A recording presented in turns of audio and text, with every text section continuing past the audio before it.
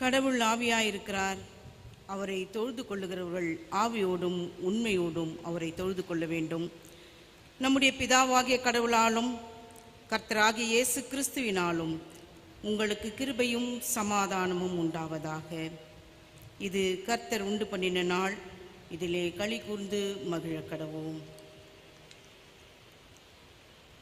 ஆண்டவரே, எங்கள் உதடுகளை திறந்தருளும், அப்பொழுது எங்கள் வாய் உம்முடைய புகழை அறிவிக்கும். பிதாவுக்கும் குமாரனுக்கும் பரிசுத்த ஆவிக்கும் மகிமை உண்டாவதாக. ஆதியிலும் இப்பொழுதும் எப்பொழுதுமான சதா காலங்களிலும் மகிமை உண்டாவதாக. ஆமேன். திரியேக கடவுளை நாம் போற்றுவோம். சேனைகளின் கடவுளாகிய கர்த்தரே, நீர் பரிசுத்தர், பரிசுத்தர், பரிசுத்தர். வானமும் பூமியும் உமது மகிமையால் நிறைந்திருக்கின்றன.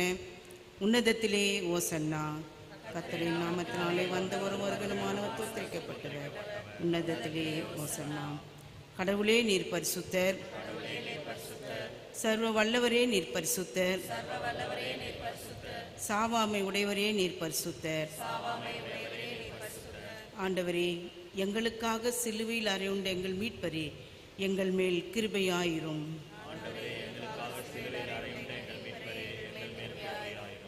பரிசுத்த ஆவியாகிய ஆண்டவரே, எங்கள் மேல் கிருபையாயிரும். ஆண்டவரே, எங்கள் ஜபங்களையும் ஆராதனையும் ஏற்றுக்கொண்டு எங்கள் மேல் கிருபையாயிரும்.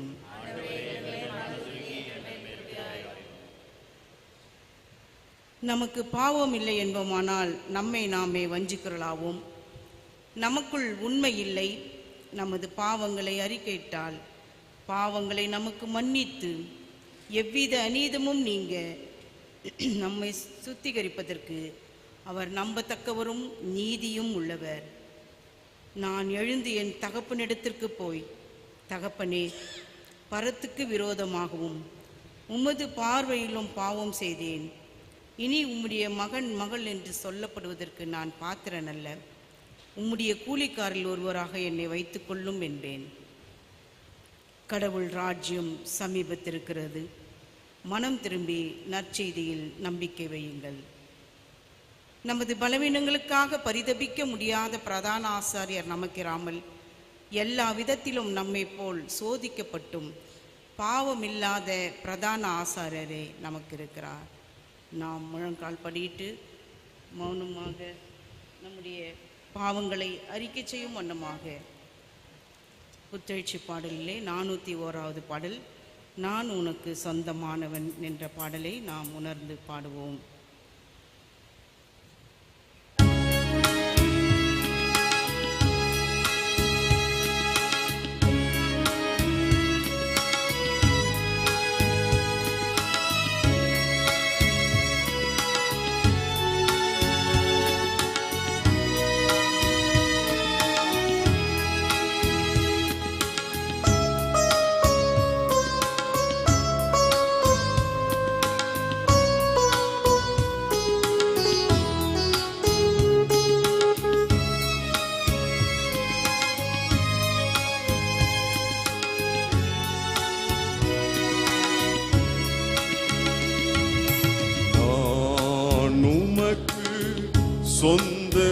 சொந்தமானவன்,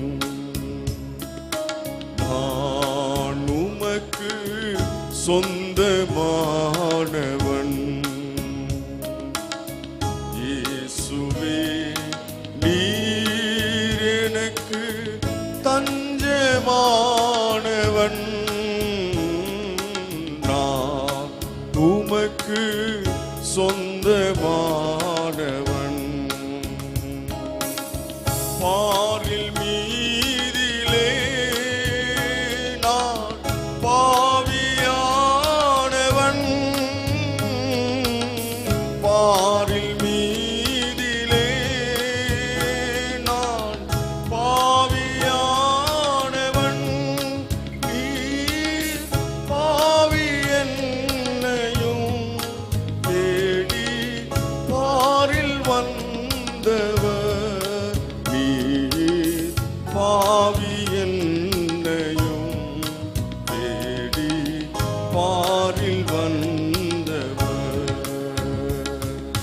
நான் உமக்கு சொந்தமான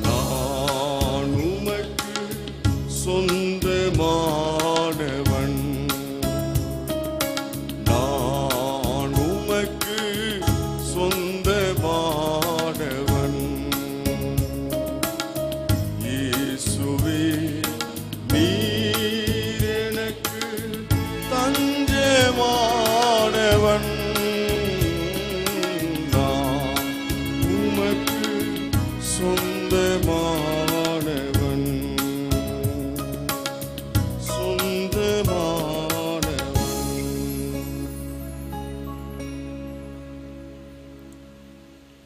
சர்வ வல்லமுள்ள கடவுளிடத்தில் நாம் நமது பாவங்களை தாழ்மையோடு அறிக்கை செய்வோம்.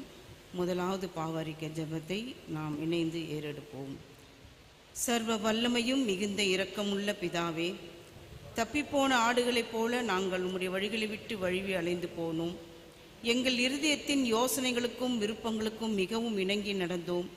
உமது பரிசுத்த கற்பனைகளுக்கு விரோதமாய் குற்றம் செய்தோம். செய்யத்தக்கவைகளை செய்யாமல் செய்ய தகாதவைகளே செய்து வந்தோம். எங்களுக்கு சுகமே இல்லை.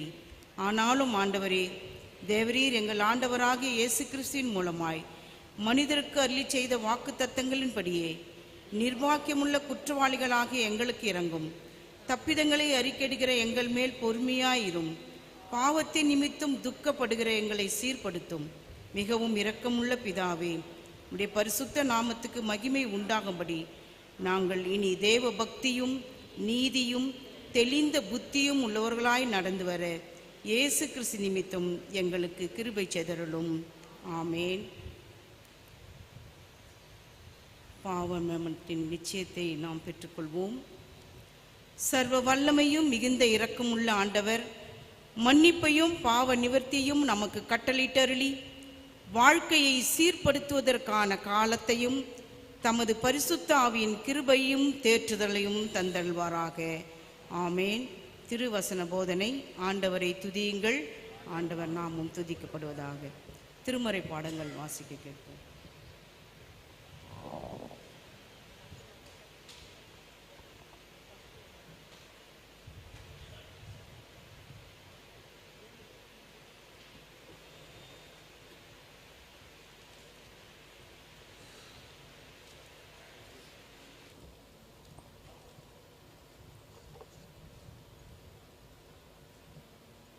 சங்கீதம் 111 1 முதல் முடிவு வரை வாசிக்க கேட்போம். மாறி மாறி வாசிக்க வேண்டிய சங்கீதம் 111. அல்லேலூயா. செம்மையாரோடைய சங்கத்திலும் சபையிலும் கர்த்தரை முழு இருதயத்தோடும் துதிப்பேன்.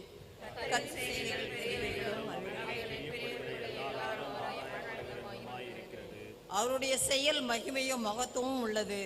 அவருடைய நீதி என்றென்றைக்கும் நிற்கும்.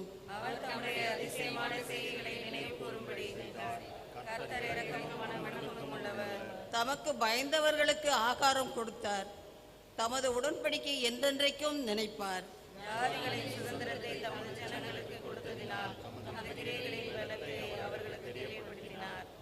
அவருடைய கரத்தின் கிரியைகள் சத்தியமும் நியாயமுமானவைகள். அவருடைய கட்டளையெல்லாம் உண்மையானவைகள்.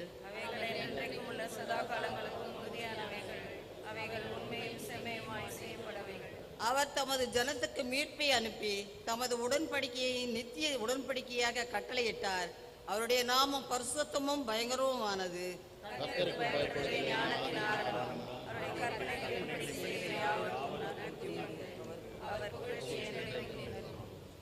தேவனுக்கே மகிமை உண்டாவதாக.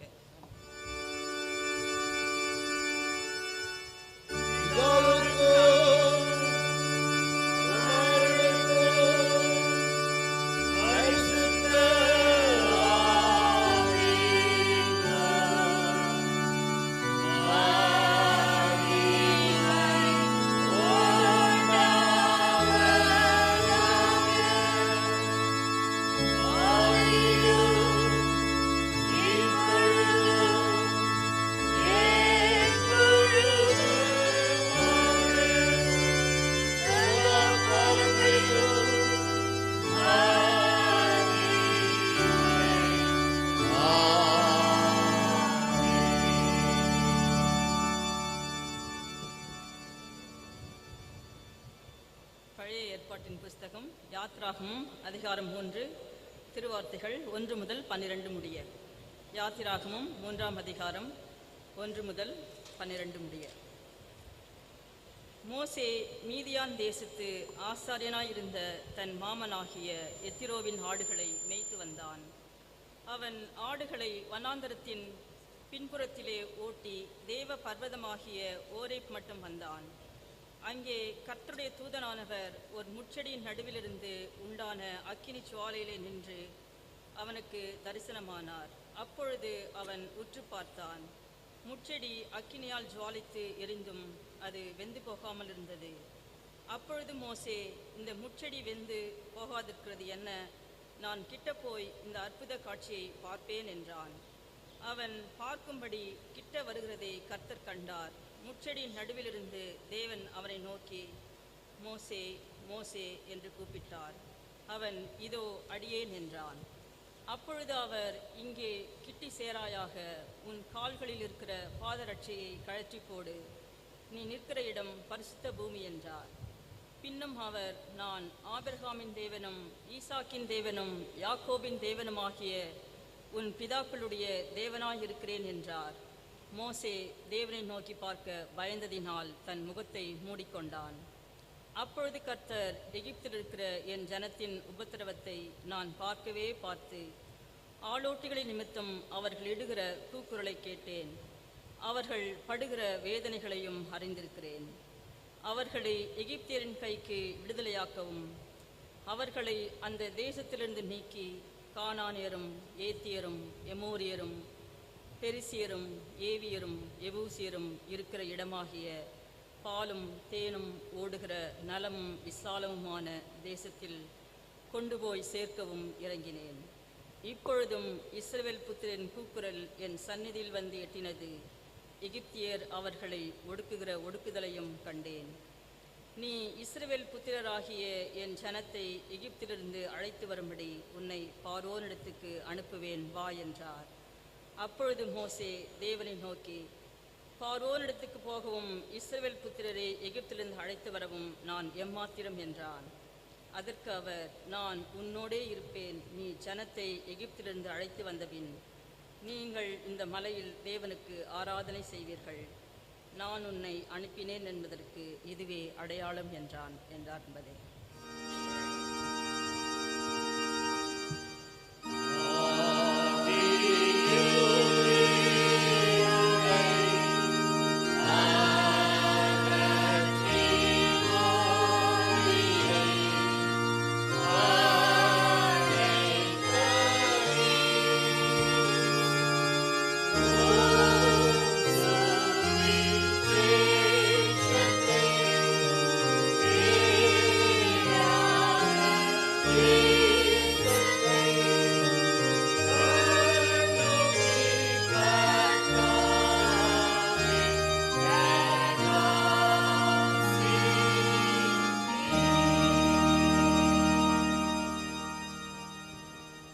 இன்றைய நாளுக்காய் வாசிக்க தெரிந்து கொள்ளப்பட்டுள்ள இரண்டாவது வேத பகுதி அப்போஸ்தலனாகிய பவுல் தீமோத்தேயுவுக்கு எழுதின இரண்டாவது நிருபம் 2ஆம் அதிகாரம் வசனங்கள் 1 முதல் 13 வரை.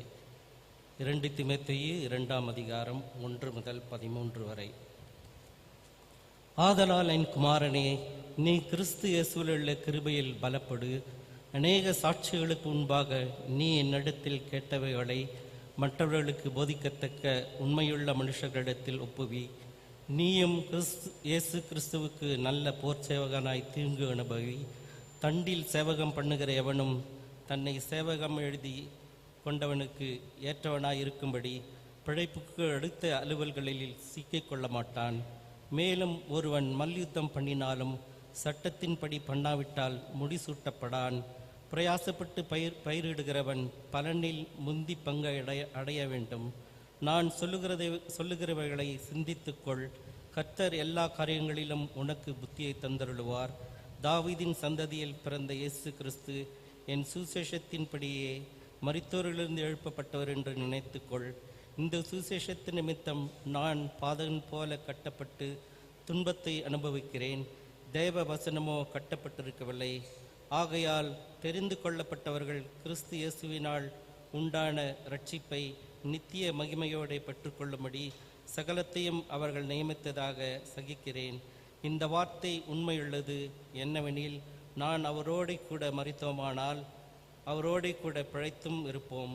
அவரோடே கூட பாடுகளை சகித்தோமானால் அவரோடே கூட ஆளுகையும் செய்வோம். நாம் அவரை மறுதலித்தால் அவரும் நம்மை மறுதலிப்பார்.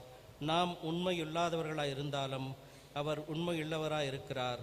அவர் தம்மைத்தாம் மறுதலிக்க மாட்டார். கிறிஸ்துவுக்கே மகிமை உண்டாவதாக. ஆமென்.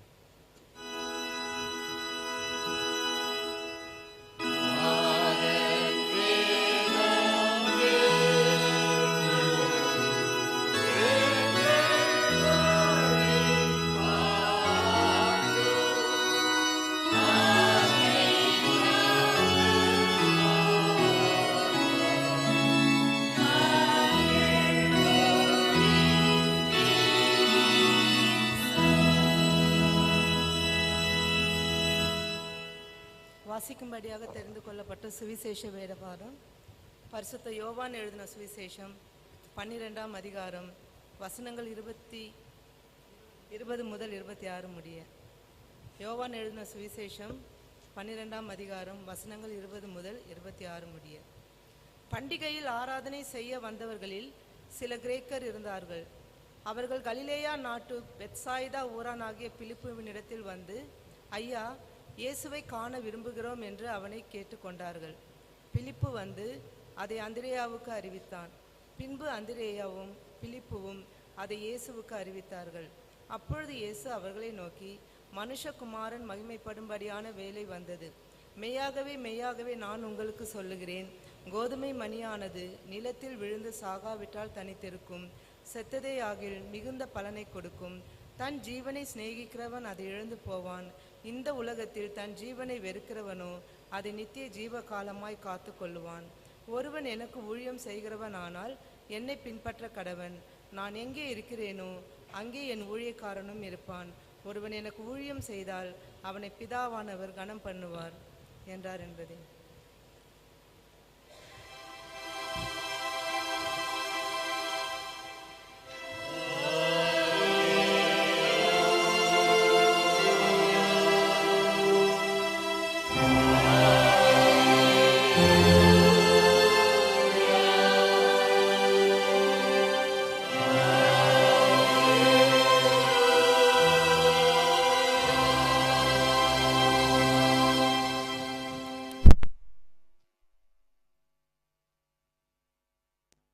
மேசையா நான் நம்பி வந்தேனே என்ற பாடலை நாம் பாடுவோம். அப்பொழுது கர்த்தருக்கென்று முதலாவது காணிக்கை சேகரிப்போம்.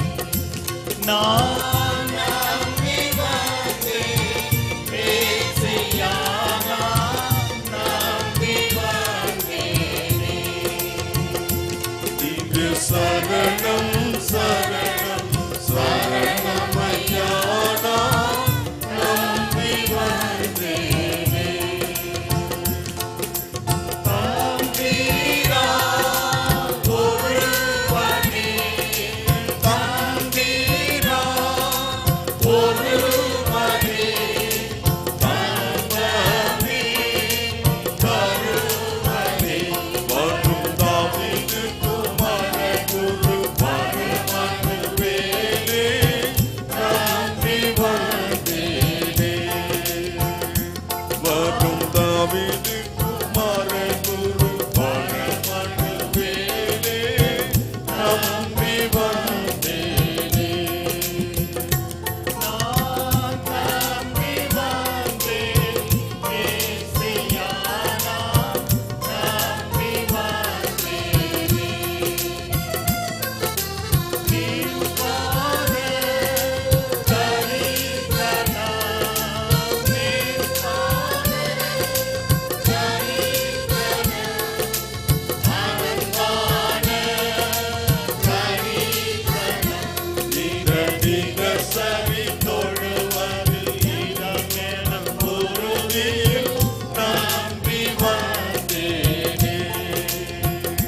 மித மித சரி தொழுவது இனமென உறுதியில் நம்பி வந்தேனே.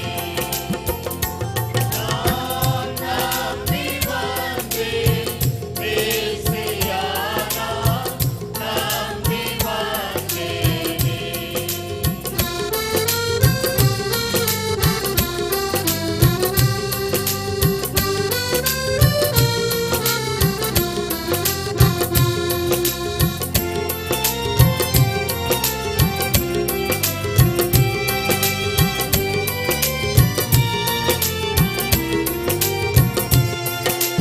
நாதனே திருவைகோ, நாதனே திருவைகோ, வேதனே திருவைகே, அதிகாரமே கமலமே திருவாணியாருளே, நம்பி வந்தேனே. அதிகாரமே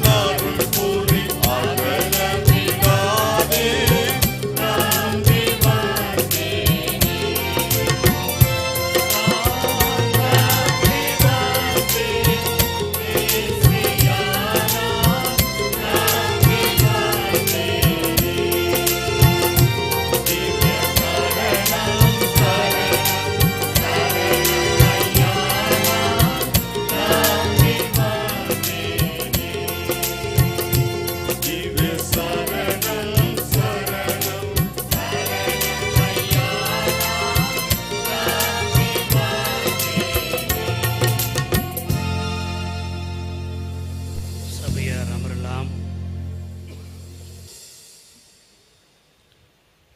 நாம் வாங்க இருக்கின்ற கல்லறை தோட்டத்தின் நுழைவாயிலை கட்டுவதற்காக 1,00,000 ரூபாயை இங்கே காசோலையாக PL விக்டர் அண்ட் மார்த்தாள் விக்டர் அவருடைய மகன் வி பிரேம்குமார், சந்திர மேன பிரேம்குமார் இங்கே திருப்பணி கொடையாக படைத்திருக்கிறார்கள். டாக்டர் சுரேகா CMC அவர்கள் நன்றிப்படையில் காணிக்கை படைத்திருக்கிறார். காந்தா அவர்கள் நன்றிப்படையில் காணிக்கை படைத்திருக்கிறார். ஜான் அவர்கள் நன்றிப்படையில் காணிக்கை படைத்திருக்கிறார். தரிசன தாஸ் அவர்களும் ஃப்ளாரன்ஸ் ஸ்டான்லி அவர்களும் பிறந்தநாள் காணிக்கை படைத்திருக்கிறார்கள். 82 ஆண்டுகள் 7 நாட்களை கடப்பதற்கு ஆண்டவருடைய அருள் என்னோடு கூட இருந்தது என்று சொல்லி ஃப்ளாரன்ஸ் ஸ்டான்லி அவர்கள் இறைவனை நினைந்து பார்க்கிறார்கள். நன்றிப்படையில் ஜி சாமுவேல் அவர்கள், இல்ல இறைவேண்டல் நன்றிப்படையில் எஸ் பன்னீர்செல்வம் அவர்கள், உபவாச கூட்டத்தின் காணிக்கை இங்கே படைக்கப்பட்டிருக்கிறது. சாமுவேல் பாஸ்கர் இல்ல இறைவேண்டல் கூடுகை காணிக்கை படைத்திருக்கிறார்கள். ஸ்டெல்லா மேனன் அவர்கள் ஜோசப் மேயோ மாணவர் விடுதி காணிக்கை படைத்திருக்கிறார். ரவீந்திரகுமார் ஷேரன் அவர்கள் திருமண நாள் காணிக்கை படைத்திருக்கிறார்கள். இல்லை இறைவேண்டல் கூடுகை காணிக்கை லாசரஸ் ராஜவேல் வளர்மதி அவர்கள் படைத்திருக்கிறார். ஜாஷ்வா சாலமோன் அவர்கள் நன்றிப்படையில் காணிக்கை படைத்திருக்கிறார்.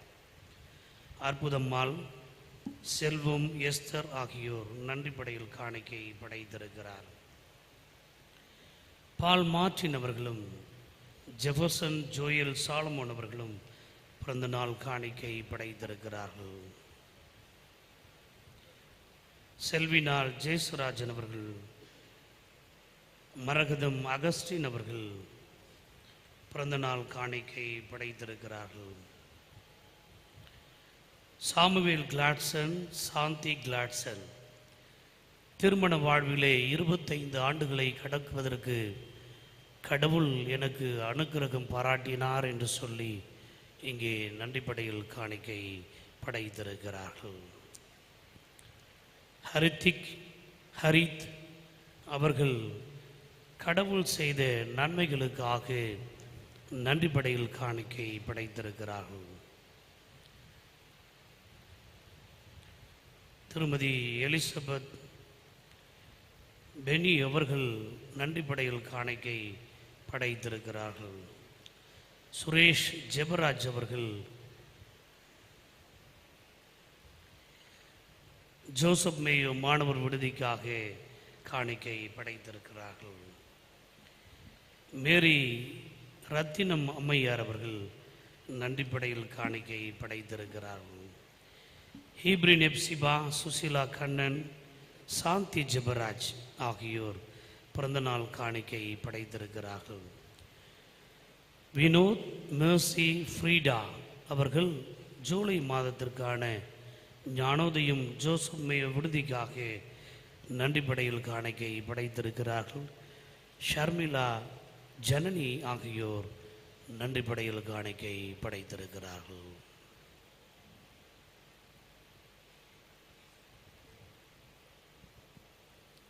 பிறந்த நாள் காண்கின்றவர்கள் 14/7 திரு S Newton Chinna Anbu, Selvan Jefferson Joel Solomon, Thiru Y Mathivanan, Thirumathi M Saritha Manivanan, Thirumathi Susila Kannan. 15/7 Selvan R Paul Joseph, Thirumathi Alice Pushparaj, திரு ஏ சத்யவேல், திருமதி ஏ ஞான பரிமிளா, திருமதி பி பேபி பெனினால் சேகரன், திருமதி டி குளோரி தங்கமணி, திருமதி ஜி எஸ்தர் ஐசக், திருமதி மேரி இமானுவேல் சுந்தரராஜன், திருமதி எஸ் மார்க்ரேட் சாந்தகுமாரி, திரு ஆர் செந்தில் ஜபகுமார், செல்வன் ஏ ஜான் ஆண்ட்ரோஸ், செல்வி வேதா குமாரி, திரு ஆர் டேனியல் ராஜசேகர், திருமதி ஏஞ்சலின் ஜெயகர், திருமதி பி கல்பனா, திருமதி ஞான மாணிக்கம், திரு W Vasanth. 16/7 doctor A Manoranjan மேனியல், திருமதி கே ஏஞ்சலின் பால் கருணாநிதி, செல்வி கார்லின் ஜெசிகா, செல்வன் ஏ ஐசக், திரு ஜே ஜோசப், இ இளவரசன். 17/7 திரு மேசையா தாஸ், திருமதி பி பவித்ரா, செல்வி ஆர் ஷேரன் சிண்ட்ரெல்லா, திருமதி எஸ்தர் சங்கீதா. 18/7 திரு பி கார்த்திக் பிரபுதாஸ், திருமதி ஜே ஞானமணி, திரு ஜே பிரவீன், திரு எஸ் தினகரன், செல்வி பிரிசி சந்திரகுமாரி. 19/7 திரு சி எம் ஏசுதாஸ், செல்வி யு தெபோரால், திருமதி டி கிருபாவதி இளவரசு. 20/7 திருமதி ஒய் ரோஸ்லின் சுகந்தி, செல்வன் டி டேனியல், செல்வி ஜெஸ்லின் பிரைசிகா, செல்வன் கிளாட்வின் தியப்ளஸ், திரு இமானுவேல் வீல்பிரட். திருமண நாள் காண்கின்றவர்கள் 14/7 திரு ஜே சாமுவேல் கிளாட்சன், திருமதி சாந்தி கிளாட்சன், திருமதி டி புஷ்பம் செல்வம், திருமதி S Chandrakumar Ravindrakumar, Thirumathi Sharon, Thiru Ravi. 15/7 doctor James Albert, Thirumathi Dayalini, Thiru A Christopher Johnson, Thirumathi Kamala, Thiru R Suresh Jeyaraj, Thirumathi Anitha Jansa, Thiru Naveen, Thirumathi J Preeti.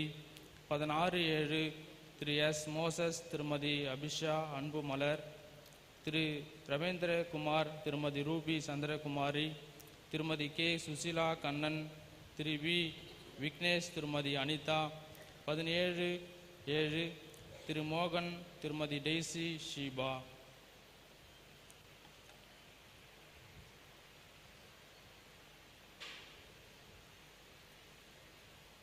நம்மையும் நம்முடைய சிந்தையும் நம்முடைய இறை வேண்டுதலையும் எண்ணங்களையும் இயக்கங்களையும் இறைவரை நோக்கி நாம் ஏறெடுக்கும் வண்ணமாய் இருக்கின்ற இடத்தில் முழங்கால் படியிட்டும் அமர்ந்த நிலையிலும் நின்று வாரும். உங்களுக்கு ஏற்ற வகையில் இறைவனை நோக்கி உண்மையே நான் நேசிப்பேன் என்ற பாடலை ஜெப நிலையிலிருந்து கடவுளை நோக்கி பாடுவோம்.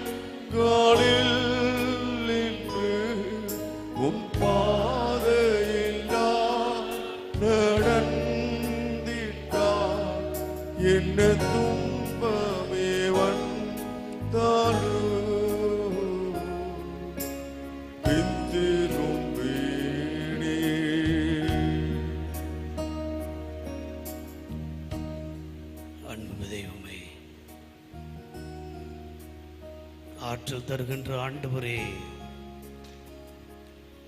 அணைத்துக் கொள்ளுகின்ற இறைவரே, வாழ்க்கை எரிகிறது, நம்பிக்கை தளர்கிறது, வறுமை வாசலில் வந்து படுத்திருக்கிறது, வியாதியின் படுக்கை என்னை வா என்று அழைக்கிறது, என்னால் வலிகள் தாங்க முடியவில்லை, கல்லில் உளிகள் செதுக்குவதை போன்று உள்ளம் உடைகிறது என்று நினைக்கிற உன் பிள்ளைகளை ஆண்டவரே நிற்க நோக்கி பார்ப்பீரா? உன் பாதத்திலே வந்து தன் உள்ளத்தை ஊற்றுகின்ற உன் பிள்ளைகளை நீர் கண்ணோக்கி பார்த்து ஆண்டவரே கரம் கொண்டு அணைத்து கொள்ள மாட்டீரா? விரல் கொடுத்து அவர்கள் விசுவாசத்தை வளர்த்தெடுக்க மாட்டீரா? பார்வை கொண்டு அவர்களை நீர் பக்குவப்படுத்த மாட்டீரா? சுவாசம் கொண்டு அவர்கள் விசுவாசத்தை நேசிக்க மாட்டீரா? இதோ உம்முடைய திருமுன்னர் வந்து முழங்கால் படியிட்டு இருக்கிற ஒவ்வொருடைய பிள்ளைகளையும் ஆண்டவரே நீர் கண்ணோக்கி பாரும். ஏன் எனக்கு இந்த வேதனை? ஏன் எனக்கு இந்த துன்பம்? ஏன் எனக்கு இந்த வியாதி? ஏன் எனக்கு இந்த கலக்கம்? ஏன் எனக்கு இந்த கவலை? ஏன் எனக்கு இந்த கண்ணீர்? ஏன் நான் என் சொந்த மண்ணை விட்டு இங்கே வந்து தங்கி இருக்க வேண்டும் என்று சொல்லி உம்மை நோக்கி பார்க்கிற நம்முடைய பிள்ளைகள் ஒவ்வொருவரையும் ஆண்டவரே நீர் கண்ணோக்கி பாரும். தொலை தூரத்திலிருந்து நான் வந்து இப்படி இருக்கிறேனே என்று சொல்லி யோசிக்கிற நம்முடைய பிள்ளைகள் எல்லாவற்றையும் ஆண்டவரே ஒவ்வொருவரையும் அவருடைய ஜெபத்தின் எல்லாவற்றையும் கூறுகளையும் நீர் ஏற்றுக்கொள்ளும் சாமி. அவருடைய எண்ணங்கள், ஏக்கங்கள், தேவைகள் யாவையும் நிறைவேற்றித்தார். ஆண்டவருடைய பிரசன்னம் ஒவ்வொருவரோடு இருக்கட்டும் ஆண்டவரே. இன்று ஆண்டவர் என்னோடு கூட இடைபட மாட்டாரா? இந்த நாள் கடவுள் என்னோடு கூட பேச மாட்டாரா? இந்த நாள் என் கவலைக்கு ஒரு களிம்பு இருக்காதா? என் துயரத்திற்கு ஒரு துள்ளல் இருக்காதா? என் பாட்டிற்கு ஒரு பாடல் இருக்காதா என்றும் பாதத்திலே வந்து அமர்ந்திருக்கிற நம்முடைய பிள்ளைகளை நீர் கண்ணோக்கி பாரும் ஆண்டவரே. உம்முடைய பிரசன்னம் இவர்களோடு கூட இருக்கட்டும் ஆண்டவரே. உம்முடைய நிறைவு இவர்களோடு கூட இருக்கட்டும் ஆண்டவரே. வயது முதிர்ந்த காலங்களில் இருக்கிற தாயையும் தகப்பனையும் என் ஆண்டவர் ஆசீர்வதியும் ஆண்டவரே. நாங்கள் செய்யும் திருப்பணி பேருக்காகவும் புகழுக்காகவும் அல்ல, ஆண்டவருடைய திருப்பெயர் நாமம் மகிமைப்படுவதற்கென்றே நாங்கள் செய்ய வரம் தாரும் ஆண்டவரே. வல்ல கரம் எங்களை தொடர்ந்து வழிநடத்தட்டும் ஆண்டவரே. வாங்க போகிறோம் ஒரு கல்லறை தோட்டம். அந்த கல்லறைக்கு காவல் காக்கும் வண்ணமாக அலங்கார தூண்களை வைத்து அலங்கார வளைவை கட்டி எழுப்ப வேண்டும் என்று சொல்லி இந்த நாளிலே நன்றி படையில் காணிக்கை படைத்திருக்கிற மகளையும் மகனையும் தாயையும் நீர் ஆசீர்வதியும் ஆண்டவரே. உம்முடைய கரத்திலே கொடுக்கிற பிள்ளைகள் யாரும் ஒரு நாளும் வீணாய் போனதில்லை ஆண்டவரே. உழைக்கிறவர்கள் ஒரு நாளும் உளறியதில்லை. உமக்கென்று தருகிறவர்கள் ஒரு நாளும் ஓரும் சாரம் சாய்ந்ததில்லை. உன் பிள்ளைகள் எப்பொழுதும் உன் பிள்ளைகளாகவே இருக்கிறார்களே, அதற்காக நாங்கள் உமக்கு நன்றி படைக்கிறோம் இயேசுசாமி. பிறந்த நாள், திருமண நாள், ஜோசப் மேயோ விடுதிக்கான நாள், சிறப்பு காணிக்கை கடவுள் என்னை காத்தார் என்று சொல்லி நன்றி படையில் காணிக்கை இல்லை இறைவேண்டல் கூடுகையின் காணிக்கை படைத்திருக்கிற ஒவ்வொரு முடைய பிள்ளைகளையும் ஆண்டவரே நீர் பெயர் பெயராய் தொட்டு ஆசீர்வதியும் ஆண்டவரே. உம்முடைய ஆற்றலின் கரம், அபிஷேகத்தின் கரம் அவர்களை தொடர்ந்து வழி நடத்தட்டும் இறைவா. இந்த வழிபாட்டிலே வந்து தொலை தூரத்தில் வெளிநாடுகளில் இருந்து வந்து பங்கெடுத்து கொண்டிருக்கிற நம்முடைய பிள்ளைகள் ஒவ்வொருவரையும் ஆண்டவர் நீர் கண்ணோக்கி பாரும் ஆண்டவரே. அகிலன் மாணிக்கம் ஐயாவையும் கரத்திலே தருகிறேன்.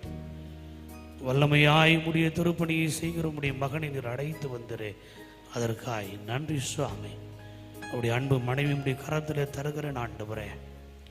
நாங்கள் அல்ல இறைவா, நீர் தொட்டு தூக்கும் இறைவா.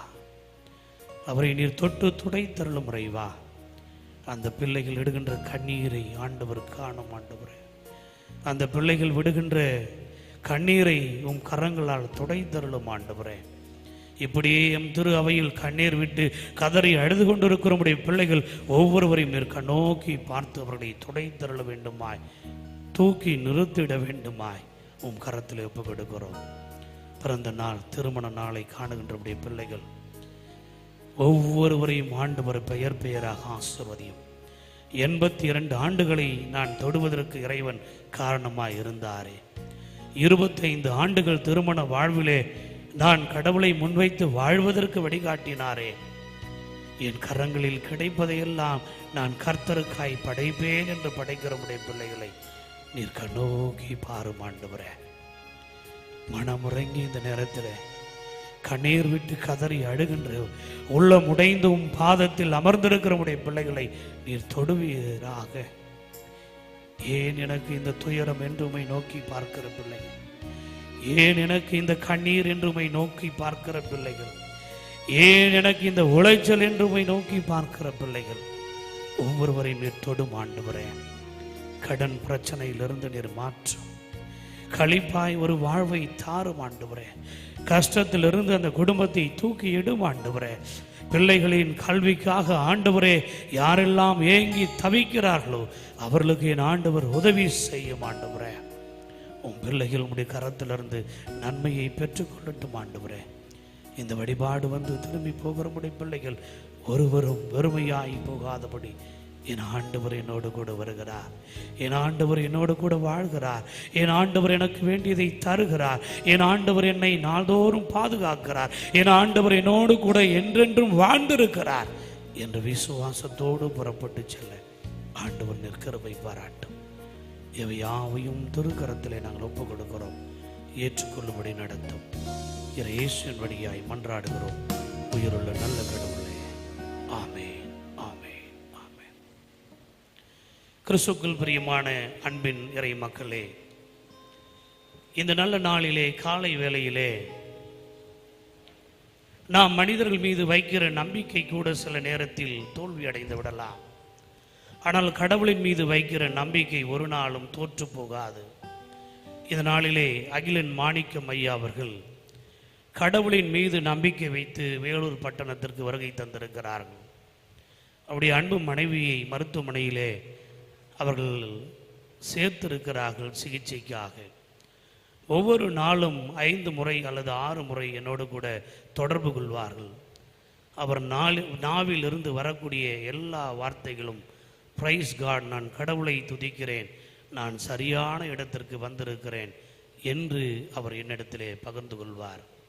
இந்த நாளிலே நம் திரு அவைக்கு குடும்பமாக அவர் வந்திருப்பது, அவர் பிள்ளையோடு அமெரிக்கா தேசத்திலிருந்து வருகை தந்திருக்கின்ற அவருடைய மகளோடும் இங்கே வந்திருப்பது மிகுந்த மகிழ்ச்சி. எனவே ஐயா அவர்களை திருச்சபையின் சார்பாக அன்போடு கூட வாழ்த்துகின்றேன், வரவேற்கின்றேன். கர்த்தருக்கு சித்தமானால் எதிர்வரும் காலங்களிலே கடவுளின் வார்த்தையை அவர் நம்மோடு கூட பகிர்ந்து கொள்வார்கள். அதே போன்று கடந்த வாரம் சிங்காரம் துரைராஜ் ஐயாவுடைய மகனும் அவருடைய மருமகளும் இங்கே இந்த வழிபாட்டிற்கு வருகை தந்திருந்தார்கள். அவர்களையும் உங்கள் அனைவரின் சார்பாக அன்போடு கூட நான் வாழ்த்துகின்றேன், வரவேற்கின்றேன். அதே போன்று அயல் நாட்டிலிருந்து இந்த வழிபாட்டிலே வந்து பங்கெடுத்து கொண்டிருக்கிற ஒவ்வொரு அன்பர்களையும் நண்பர்களையும், தொலை தூரத்திலிருந்து திருமண வாழ்வுக்காக வழிபாட்டிற்காக வந்து இந்த வழிபாட்டிலே வந்து பங்கெடுத்து கொண்டிருக்கிற நல்ல உறவுகளையும் அன்பர்களையும் நண்பர்களையும் ஆல்காட் நினைவாலயத்தின் குடும்பத்தின் சார்பாக, உண்மையாய் உழைப்போரின் சார்பாக உங்கள் அனைவரையும் நான் அன்போடு கூட வாழ்த்துகின்றேன், வரவேற்கின்றேன். ஆண்டவருடைய அருளாசி உங்களோடு கூட இருக்கும். நாம் கடவுளின் வார்த்தைக்காக காத்திருப்போம்.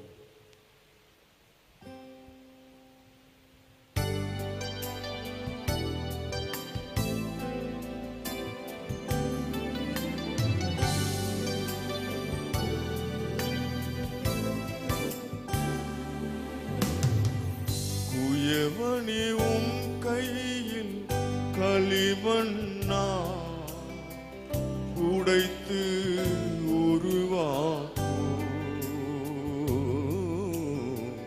குயவனியும் கையில் களிமண்ணா உடைத்து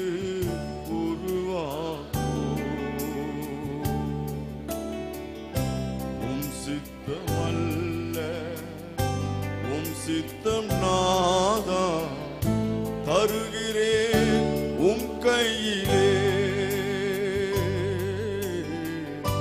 உம் சித்தமல்ல உம் சித்தமாதா தருகிறேன் உம் கையிலே.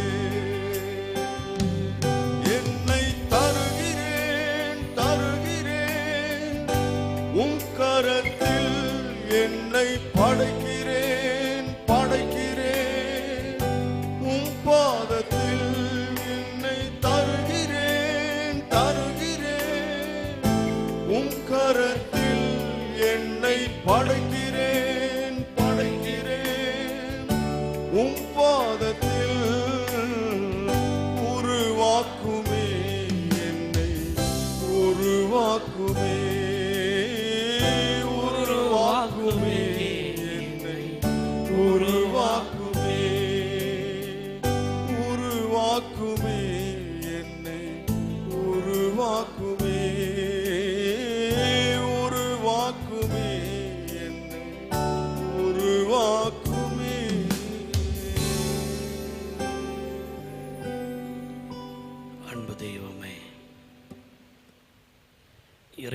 கல்வி பற்றுறுதியை அறிதலும் செய்தலும் என்கின்ற அந்த தலைப்பிலே வார்த்தைகளை நாங்கள் கேட்க எளியவன் என்னை மறைத்து கொள்ளும், நீர் வெளிப்படும் இறை இயேசுவின் வழியாய் மன்றாடுகிறேன் உயிருள்ள நல்ல கடவுளே, ஆமென்.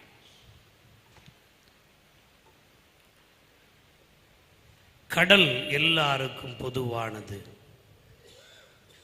கடல் எல்லாருக்கும் பொதுவானது.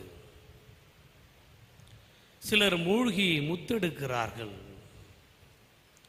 சிலர் வலை வீசி மீன் பிடிக்கிறார்கள், சிலர் சிப்பிகளையும் நத்தைகளையும் நண்டுகளையும் பொறுக்கி எடுக்கிறார்கள், சிலர்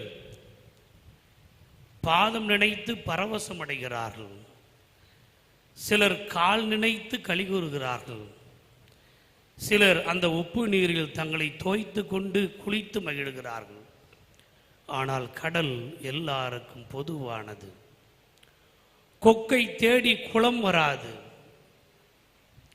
கொக்கை தேடி குளம் வராது. மீனை தேடி புழு போகாது, பூவை தேடி வண்டு வருவதைப் போன்று பூ வண்டை தேடி வராது, தேனியை தேடி வராது. அதே போன்றுதான் மானை தேடி புல் வராது, புலியை தேடி மான் வராது.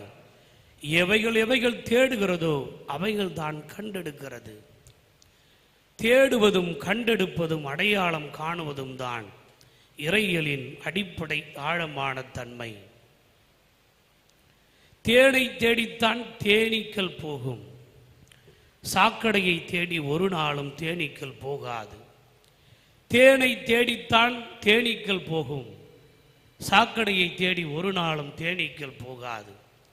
இந்த இறையியல் கல்வியின் தேடல் என்பது தேனை தேடி போகின்ற தேனியை போன்று பயணிக்கின்ற அனுபவம்தான் என்பதை நாம் மறந்து போகக்கூடாது. சில நேரங்களில் நம்முடைய வாழ்க்கையிலே கடவுள் கோலியாத்துகளை அனுமதிப்பார். சில நேரங்களில் நம்முடைய வாழ்க்கையிலே கோலியாத்துகளை அனுமதிப்பார். உனக்குள் இருக்கிற தாவீது வெளியே வர வேண்டும் என்பதற்காகத்தான். தாவீது என்பவன் தூங்கிக் கொண்டிருப்பதற்காக அல்ல, தொடர்ந்து இயங்கிக் கொண்டிருப்பவன். எனவே தாவீது தொடர்ந்து இயங்கிக் கொண்டே இருப்பதினால் தூங்கிக் கொண்டே இருக்கிற அந்த ஆற்றலை தட்டி எழுப்புவதற்காக இறைவன் சில நேரங்களிலே நம்முடைய வாழ்க்கையிலே கோலியாத்துகளை அனுமதிப்பார். அந்த கோலியாத்துகள் உனக்குள் இருக்கிற தாவீதின் ஆற்றலை வெளிக்கொணர்வதற்கு உதவி செய்வார்கள், உருவாக்குவார்கள்.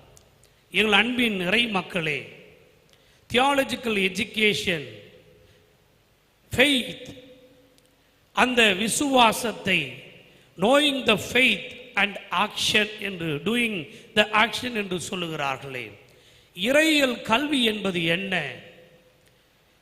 தியோஸ் லோகாஸ் என்று சொல்லக்கூடிய இந்த இரண்டு சொற்களும் இணைந்துதான் தியாலஜி என்கின்ற வார்த்தை வருகிறது. இந்த தியாலஜி என்ற வார்த்தை 3ஆம் நூற்றாண்டிலே ஆரியன் தான் கொண்டு வந்தார். ஆனால் தியாலஜியா என்கின்ற வார்த்தையை இயேசுபிரான் பிறப்பதற்கு முன்பதாகவே பிளாட்டோ என்கின்ற அறிஞர் தியாலஜியா என்ற வார்த்தையை பல்வேறு சமயங்களை குறித்து படிக்கின்ற கல்விக்கு இந்த வார்த்தை, ஆங்கில வார்த்தையை கிரேக்க வார்த்தையோடு இணைத்து பயன்படுத்தினார். ஆனால் தியோஸ் லோகோஸ் என்று சொல்லக்கூடிய இந்த இரண்டு வார்த்தையின் கூட்டு ஒற்றை வார்த்தையாக தியாலஜி என்று வருகிறது. தியோஸ் என்று சொன்னால் இறைவர், கடவுள், தேவன் என்று பொருள். லோகாஸ் என்று சொன்னால் வார்த்தை, அறிவு, இயல், கல்வி என்று பொருள். எனவே கடவுளை பற்றி அறிகின்ற அறிவு என்பது உங்கள் அனைவருக்கும் ஏற்கனவே தெரிந்த ஒன்று.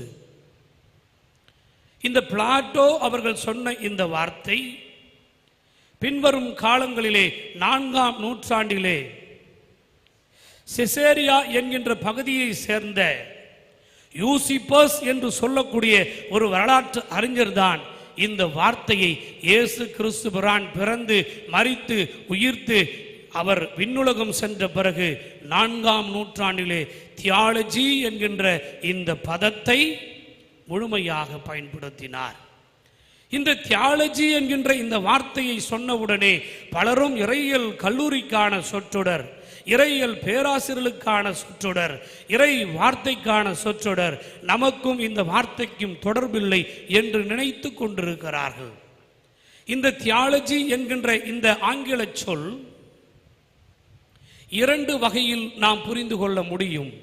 ஒன்று இறைவரை பற்றி அறிகின்ற அறிவு, இன்னொன்று இறைவர் யார் என்பதை தெரிந்து கொள்ளுகின்ற அறிவு. ஏற்கனவே ஓராண்டிற்கு முன்பதாக இதே காலகட்டத்தில் இதே தலைப்பின் சற்று மாற்றி கொடுத்து இறை மக்களை இறையியல் கல்விக்கு தகுதிப்படுத்துதல் என்கின்ற தலைப்பிலே நானே பேசியிருக்கிறேன்.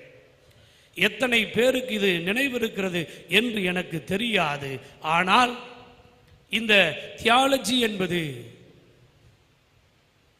மனிதன் கடவுளை குறித்து அறிகின்ற அறிவுக்கு சொல்லப்பட்டாலும் மனிதன் கடவுளை குறித்து அறிந்து கொள்ள முடியுமா என்று ஒரு கேள்வி எழுப்பினால் அது ஒரு நாளும் முடியாது பிரியமானவர்களே. அது ஒரு நாளும் நிகழாது. ஏனென்று சொன்னால் ஒரு மனிதனுக்கு 86 ஆண்டுகள், 90 ஆண்டுகள், 100 ஆண்டுகள், 120 ஆண்டுகள் அவ்வளவுதான் வயது. அதிலே 10 ஆண்டுகளில் என்ன நடக்கிறது என்று அந்த மனித குழந்தைக்கு தெரியாது. 20 ஆண்டுகளிலே என்ன நடந்தேறியது என்று பல விடயங்கள் புரியாது. அந்த 20க்கு மேல் வரக்கூடிய அனுபவம் இருக்கிறது. 20லிருந்து 80 என்று சொன்னால் இந்த 60 ஆண்டுகளுடைய அனுபவம் தான் ஒரு மனிதனுடைய அனுபவமாக இருக்க முடியும். அந்த அனுபவம் தான் அறிவை தர முடியும். அந்த அறிவு அனைத்தும் ஞானமாக மாற முடியாது. அந்த ஞானம் இல்லாத ஒரு மனிதனால் கடவுளை அறிந்து கொள்கின்ற அறிவு மாற்றலும் பெற முடியாது. ஏனென்று சொன்னால் மனித வாழ்வு என்பது ஓர் இடத்தில் தொடங்கி ஓர் இடத்தில் முடிகின்ற ஒன்று. ஓர் இடத்தில் தொடங்கி ஓர் இடத்தில் முடிகின்ற இந்த மானுட வாழ்க்கையில் ஒரு மனிதனுடைய அறிவு முழுமையாக எவ்வளவு செயல்பட்டு இருக்கும்? குறைந்தபட்சம் 60 ஆண்டுகள் என்று சொன்னால் 60 ஆண்டுகள் உடைய இந்த அறிவையும் அதற்குள் கிடைத்த கொஞ்ச நெஞ்ச ஞானத்தையும் வைத்து இறைவனை நாம் அறிந்து கொள்ள முடியுமா என்று சொன்னால் ஒரு நாளும் அது இயலாது. 60 ஆண்டுகள், 80 ஆண்டுகள், 100 ஆண்டுகளுடைய அறிவை வைத்து வானம் எனக்கு சிம்மாசனம், பூமி எனக்கு பாதப்படி, நான் ஆதியில இருந்தேன், ஜலத்தின் மீது அசைவாடி கொண்டிருந்தேன், நீ பிறப்பதற்கு முன்பதாகவே நான் இருந்தேன், நீ பாதாளத்தில் படுக்கை போட்டாலும் நான் அங்கே இருக்கிறேன், நீ மண் மீது நடந்தாலும் மழை மீது நனைந்தாலும் உன்னுடைய பயணங்கள் எங்கே இருந்தாலும் அங்கே நான் இருக்கிறேன் என்று சொன்ன ஆண்டவரை ஒரு குறிப்பிட்ட எல்லையில் வாழ்ந்து கொண்டிருக்க மனிதனுடைய குடியிருப்பு வாழ்விடத்தை வைத்துக் கொண்டிருக்கிற மனிதன் அந்த கடவுளை அறிந்து கொள்ள முடியுமா? ஒரு நாளும் இயலாது. அப்படி என்றால் கடவுளை அறிந்து கொள்ளவே முடியாது என்று சொன்னால் இந்த தியாலஜி என்கின்ற வார்த்தை எதற்கு? அறிந்து கொள்ள முடியாத ஆண்டவரை, அறிந்து கொள்ள முடியாத தெய்வத்தை, அறிந்து கொள்ள முடியாத கடவுளை நாம் எப்படி அறிந்து கொள்ள முயற்சிப்பது? இந்த முயற்சியிலே நாம் வெற்றியட முடியுமா என்று ஒரு கேள்வி கேட்டு பார்த்தால் அந்த கேள்வியில் தான் ஆழமான பதிவுகள் புதைந்து கிடக்கிறது பிரியமானவர்களே. கடவுளே உங்களுக்கும் எனக்கும் தன்னை வெளிப்படுத்தாவிட்டால் கடவுளை இந்த உலகத்தில் எந்த மனிதனாலும் அறிந்து கொள்ள முடியாது. ஆபிரகாமை கடவுள் அழைத்தார். அதற்கு முன்னால் அந்த கடவுளை ஆபிரகாமுக்கு தெரியாது. ஆபிரகாமை அழைப்பதற்கு முன்பதாக யார் கடவுள் என்பது கூட இந்த ஆபிரகாமுக்கு புரியாது. புரியாமல் தான் ஆபிரகாம் வழிபட்டு கொண்டிருந்தார், வாழ்ந்து கொண்டிருந்தார், வழி நடந்து கொண்டிருந்தார், அவருடைய வாழ்க்கையை நடத்தி கொண்டிருந்தார். ஈசாக்குக்கு தெரியுமா என் அப்பா ஆபிரகாமை அழைத்த கடவுள் என்பதை தவிர ஈசாக்குக்கு வேறொன்றும் தெரியாது. யாக்கோபுக்கு தெரியுமா என் அப்பா ஈசாக்கின் கடவுள், என் தாத்தா ஆபிரகாமின் கடவுள், இந்த இரண்டை தவிர யாக்கோபுக்கு ஒன்றும் தெரியாது. இந்த நினைப்போடுதான், இந்த அறிவோடுதான், இந்த ஞானத்தோடுதான் 70 பேர் இப்பொழுது எகிப்துக்கு போகிறார்கள். எகிப்துக்கு போன 70 பேருக்கு என்ன தெரியும்? கடவுளை பற்றி ஒன்றும் தெரியாது. அவர்களுக்கு தெரிந்ததெல்லாம் என் தாத்தா ஆபிரகாமின் கடவுள், என் அப்பா ஈசாக்கின் கடவுள், என் கடவுள் யாக்கோபின் கடவுள், என் தந்தையாம் யாக்கோபின் கடவுள், ஆபிரகாமின் கடவுள், ஈசாக்கின் கடவுள், யாக்கோபின் கடவுள். இந்த மூன்றை தவிர கடவுளை குறித்து அவர்கள் 70 பேருக்கும் எதுவும் தெரியாது. எகிப்திலே 430 ஆண்டுகள் வாழுகிறார்கள். அப்படி எகிப்திலே 430 ஆண்டுகள் வாழ்ந்து கொண்டிருக்கின்ற பொழுது வாழ்க்கை சிறப்பாக போய்கொண்டிருந்தது. கடவுளை குறித்து அவளுக்கு எண்ணம் வரவில்லை, கடவுளை குறித்து அவளுக்கு பக்தி வரவில்லை, கடவுளை குறித்து அவளுக்கு நினைவு வரவில்லை, கடவுளை குறித்து ஒரு நாளும் அவர்களுக்கு கருத்தியலும் தோன்றவில்லை. தன்னுடைய கருத்துக்களிலேயே கடவுளின் கவனமும் அவர்களுக்கு பெறவில்லை. கவனமில்லாத கடவுளாய் அவர் போய்விட்டார். இப்பொழுது யோசேப்பை அறியாத பார்வோன் ஒருவன் வருகிறான். அவன் 18வது சந்ததியில் பிறந்த பார்வோனாக இருக்கிறான். அந்த பார்வோன் இப்பொழுது கொடுமையாக இவர்களை அழிக்கிறார், இவர்களை அழுத்துகிறார், இவர்களை துன்புறுத்துகிறார். எது துன்பம்? எந்த மனிதனுக்கு எந்த பணி தெரியாதோ அந்த மனிதனை அந்த பணியை கொடுத்து செய்ய சொல்வதுதான் துன்புறுத்தல். ஆபிரகாமுக்கு என்ன தெரியும்? ஆடு மேய்க்க தெரியும். யாக்கோபுக்கு என்ன தெரியும்? ஆடு மேய்க்க தெரியும். ஆடுகளுக்கு வகை வகையாக குட்டி போடுவதற்கு என்ன வசதி வாய்ப்பை செய்ய முடியுமோ அதை செய்ய தெரியும். ஈசாக்குக்கு என்ன தெரியும்? பயிரிட தெரியும். அந்த பயிரிடுகின்ற நிலத்திலே ஆடுகளையும் ஒட்டங்களை வைத்து மேய்க்க தெரியும். இவைகளை மேய்ப்பு தொழிலை தவிர இவர்களுக்கு வேறொன்றும் தெரியாது. அப்படிப்பட்ட இந்த திருக்கூட்டத்தை அடைத்து செங்கல் சூளையிலே நெருப்பிலே இவர்கள் பணி செய்ய வேண்டும், வெயிலிலே இவர்கள் உலர வேண்டும். இப்பொழுது பகலிலே வெயில் இந்த சரீரத்தை சுடுகிறது, இரவிலே குளிர் அவருடைய சரீரத்தை ஊடுருவி பாய்கிறது. எனவே பகலிலே சதை தீந்து போகிறது, இரவிலே அந்த சதை குளிர்ந்து ஊசியை கொண்டு குத்துவதை போன்றிருக்கிறது. இந்த கொடூர நிகழ்வு அவர்களுக்கு நடக்கிறது. இப்பொழுது அந்நிய தேசத்தில் இருக்கிறார்கள். அந்நிய தேசத்தில் இருக்கக்கூடிய இந்த மக்களுக்கு பாடும் துன்பமும் வருகிறது. இப்பொழுது எண்ணி பார்க்கிறார்கள், அழுகிறார்கள், கூக்குரல் இடுகிறார்கள். அவர்களுக்கு இந்த துன்பம் வராமல் இருந்தால் ஏற்கனவே கிட்டத்தட்ட 400 ஆண்டுகளுக்காக அவர்களுக்கு கடவுளின் எண்ணமே வரவில்லை. ஏன் தெரியுமா? ஏன் எகிப்து மக்களை விட இவர்கள் வெகு வேகமாக பரவினார்கள்? ஏன் எகிப்தியர்களை விட இவர்கள் இந்த இஸ்ராயேல் மக்கள் அவ்வளவு பெருமளவிலே பெரும் திரளாய் கூட்டமாய் பெருகி அந்த நாட்டை நிரப்புவதற்கு காரணம் என்ன? கோசேனிலே அவர்களை வாழ வைத்தால் கோசேனில் மட்டுமா அவர்கள் இருந்தார்கள்? அவர்கள் நாடு முழுவதும் நிரப்பி விட்டார்கள். இந்த அளவிற்கு அந்த பெரும் கூட்டம் உருவாவதற்கு காரணம் என்ன தெரியுமா? கடவுளையே மறந்து போனாலும் நோயையும், நோயில் விழுந்து படுக்கும் பாயையும், மரணத்தையும், மரணத்தோடு நெருங்கி வாழக்கூடிய வாழ்வையும் கடவுள் அவர்களுக்கு ஒதுக்கி வைத்திருந்தார். எனவே அவர்கள் சாகாமல் பெரும் கூட்டமாய் பெருகி கொண்டே இருந்தார்கள். எனவே எகிப்தியரை காட்டிலும் மிக அதிகமாய் இஸ்ராயேலரின் கூட்டம் பெருகி கொண்டே இருந்தது. கிட்டத்தட்ட 2 லட்சம் பேர் அவர்கள் பெரும் கூட்டமாய் பெருகி பிறகு 2 மில்லியனுக்கும் இடையாக அந்த கூட்டம் திரண்டு பெருத்து விட்டது. எனவேதான் அந்த பெரும் கூட்டத்தை நடத்துவதற்கு சாதாரணமாக நாட்கள் போகவில்லை, இத்தனை ஆண்டுகளும் அவர்களுக்கு தேவைப்பட்டது. எனவே நம்முடைய வாழ்க்கையிலே துன்பமும் துயரமும் தொல்லையும் கஷ்டமும் வருகிறது என்று சொன்னால் கடவுளை நாம் மறந்திருக்கிறோமா? கடவுளை நாம் எந்த இடத்தில் மறந்து நாம் சுயமாய் நான் உழைக்கிறேன், நான் சம்பளம் பெறுகிறேன், என் உழைப்பால் இதை ஈட்டுகின்றேன், என் திறமையால் என் தாளந்தால் இதை செய்து முடிக்கிறேன் என்கின்ற எண்ணத்தோடு நாம் வாழ்ந்து கொண்டிருக்கிறோமா என்கின்ற கேள்வியை நீங்களும் நானும் கேட்டு பார்க்க வேண்டும். 40 ஆண்டு காலம் இந்த நெடுந்தூர பயணம் அவர்கள் செய்ய வேண்டுமா? ஏன் அவர்களை யோர்தானை கடந்து செங்கடலை கடந்து நேரடியாக எரிகோவை தாண்டி அந்த யோர்தானை கடந்து எரிகோவிலே கால் வைத்து இந்த கானானின் தேசத்திலே கொண்டு போய் சேர்த்திருக்க முடியாதா? இந்த நீண்ட நெடுந்தூர பயணம் இஸ்ராயேல் மக்களுக்கு ஏன் முறுமுறுத்தார்கள்? மோசேயை எதிர்த்து குறை சொன்னார்கள், மோசேவுக்கு எதிராக கூட்டம் கூட்டினார்கள். இறைவாக்கு பெற்ற மனிதன் வழிநடத்துவது சரியில்லை என்று அவர்கள் தம்பட்டம் அடித்தார்கள். அந்த சதிராட்டத்தை அவர்கள் செய்து கொண்டு கடவுள் அவர்களை இந்த எகிப்து தேசத்திலே அடிமைத்தன வாழ்விலே நோய் இல்லாமல் குறையில்லாமல் அவளை காத்தார். மறந்து போனார்கள். ஒரு கொடுமன்னன் வந்தார், துன்புறுத்தினார், அவர்களை விடுவிக்க வேண்டும் என்று கடவுள் விரும்புகிறார். திருமறையிலே 40க்கு மேற்பட்ட இடத்திலே என் மக்கள் என்ற வார்த்தை வருகிறது. அந்த என் மக்கள் என்று வருகின்ற வார்த்தையிலே முதல் வார்த்தை யாத்திராகமத்தில் 3ஆம் அதிகாரத்தில் வரக்கூடிய இந்த மக்களைத்தான் கடவுள் என் மக்கள் படுகின்ற துன்பத்தை துயரத்தை என்னால் காண சகிக்கவில்லை. யாரை பார்த்து என் மக்கள் என்று சொல்லுகிறார்?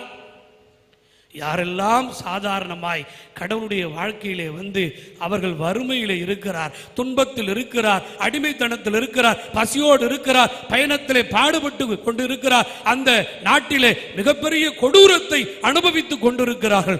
உதவி செய்வதற்கு யாரும் இல்லை. அந்த மக்களுக்கென்று பேசுவதற்கு நாதி இல்லை, பேசுவதற்கென்று தேதி இல்லை, பேசுவதற்கென்று வேறு வழி இல்லை. அந்த வழியற்ற கதியற்ற நாதியற்ற மக்களை பார்த்து கடவுள் என் மக்கள் என்று சொல்லுகிறார். இந்த வார்த்தை உங்களையும் என்னையும் பார்த்து இன்றும் கடவுள் அப்படித்தான் சொல்லிக் கொண்டிருக்கிறார். ஒரு சிலர் கோராகை போன்றும் ஒரு சிலர் கோராகோடு சேர்ந்தவர்களை போன்றும் மோசேவுக்கு எதிராக கூட்டங்களை கூட்டி பல திட்டங்களை தீட்டலாம். கோராகியர்களை அடையாளம் கண்டுகொள்வதற்கு திருமறை வாக்குத்தத்தம் தருகிறது, வாழ்க்கை தருகிறது. அத்தனை ஆழமாய் இப்பொழுது அவளை விடுவிப்பதற்காக ஒரு முச்செடி, சீனாய் மலையில் ஒரு முச்செடி எரிகிறது. ஏன் காய்ந்த செடி எரியவில்லை? ஏன் பச்சை செடி எரிகிறது? எரிகிற அந்த செடி ஏன் கருகி போகவில்லை? 430 ஆண்டுகள் அவர்கள் எகிப்தில் இருந்தாலும், அவர்கள் என்னை மறந்தாலும், ஆனால் என் மீது இருக்கிற நம்பிக்கையை அவள் இழக்கவில்லை. அந்த நம்பிக்கை எப்படிப்பட்டது? எங்களுக்கு ஒரு கடவுள் இருக்கிறார். அந்த கடவுள் ஆபிரகாமின் கடவுள், அந்த கடவுள் ஈசாக்கின் கடவுள், அந்த கடவுள் யாக்கோபின் கடவுள். அந்த கடவுள் எங்களை விடுவிப்பார். அந்த நம்பிக்கை அவளுக்கு இருந்தது. மனிதர்களின் மீது வைக்கிற நம்பிக்கை ஒரு நாள் முற்று பெற்றுவிடும், ஒரு நாள் அது நிறைவாகிவிடும். உனக்கு எதிரிகள் கூடிக்கொண்டு போகிறார்களா? நீ வீரனாய் இருக்கிறாய் என்று அர்த்தம். துரோகிகள் உனக்கு கூடிக்கொண்டிருக்கிறார்களா? நீ நல்லவன் என்று அர்த்தம், நல்லவள் என்று அர்த்தம். ஏனென்று சொன்னால், ஐயோ எனக்கு இவன் துரோகம் செய்கிறான் என்று யாரையும் சொல்லாதே. அவன் உனக்கு துரோகம் செய்ய முடியாது. அவன் மீது நீ வைத்த அளவுக்கு அதிகமான நம்பிக்கையை அவன் தோற்கடித்து விட்டான் என்பதை தவிர உனக்கு உலகத்தில் ஒருவனும் துரோகம் செய்ய முடியாது. ஏனென்று சொன்னால், கடவுளின் கரத்தில் இருக்கிற நீ என் மக்கள் என்கின்ற அந்த பதத்திலே அவருடைய கரங்களிலே உள்ளடங்கி போயிருக்கிறாய். புண்ணாகி போன உன்னுடைய புணுகுக்கு அவர் மருந்து போடுகிறார். கல்லாகி போன இதயங்களை அவர் கரைப்பதற்காக காத்து கொண்டிருக்கிறார். என் மக்கள் படும் துன்பத்தை நான் காண்கிறேன். திருமறையிலே 8 மலைகள் புனித மலை என்று அழைக்கப்படுகிறது, திருமலை என்று அழைக்கப்படுகிறது, தூய மலை என்று அழைக்கப்படுகின்றது, பரிசுத்த பர்வதம் என்று அழைக்கப்படுகிறது. சீனாய் மலை, மோரியா மலை, ஒலிவ மலை, மறுரூப மலை, ஓரேப் மலை. இந்த சீனாய் மலையினுடைய இன்னொரு பெயர் ஓரேப் மலை. இப்போது ஓரேப்பின் முகட்டிலே தான் மோசே மேலே ஏறி போகிறார். கடவுள் உனக்கு தரிசனமாக வேண்டுமா? இருக்க இருக்க இருக்க தரம் தாழ்ந்து போகாதே, மேலே ஏறிப்போ. உன் குணத்தால், உன் செயலால், உன் காணிக்கையால், உன் பயத்தால், உன் பக்தியால், உன் ஜெபத்தால் நீ கடவுளை நோக்கி நாளுக்கு நாள் மேலேறிப்போ. அங்கே கடவுளுக்காக எரிந்து கொண்டிருக்கின்ற அக்கினியில் இருந்து கடவுள் உனக்கு காட்சி தருவார். இந்த காட்சி, இந்த அக்கினி இதோடு முடிந்து போகவில்லை.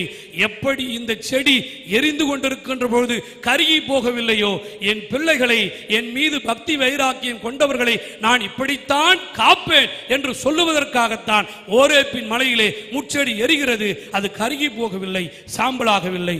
இதை அப்படியே தானியேலின் நூலிலே 3ஆம் அதிகாரத்திலே ஆபேத் நேகோ சாத்ராக் மேஷாக் 3 பேரும் அந்த எரிகிற நெருப்பிலே தூக்கி போட்டார்கள். அவர்கள் கருகி போகவில்லை, சாம்பலாகி போகவில்லை, செத்து போகவில்லை.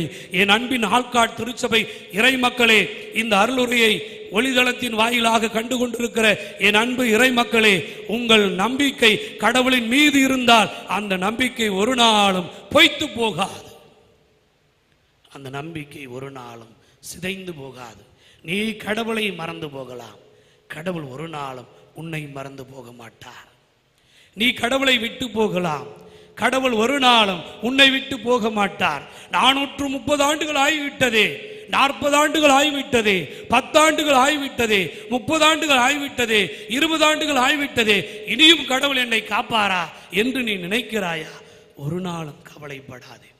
ஐயா, எனக்கென்று பேசுவதற்கு ஆள் இல்லை, எனக்கென்று நிற்பதற்கு ஆள் இல்லை, என் குரலை கேட்பதற்கு நாதி இல்லை, நான் அழுவதை துடைப்பதற்கு கரங்கள் இல்லை, என் குமுறலை உணர்ந்து கொள்வதற்கு உள்ளம் இல்லை, நான் தனியாய் அழுகிறேன் என்று நினைக்கிறாயா?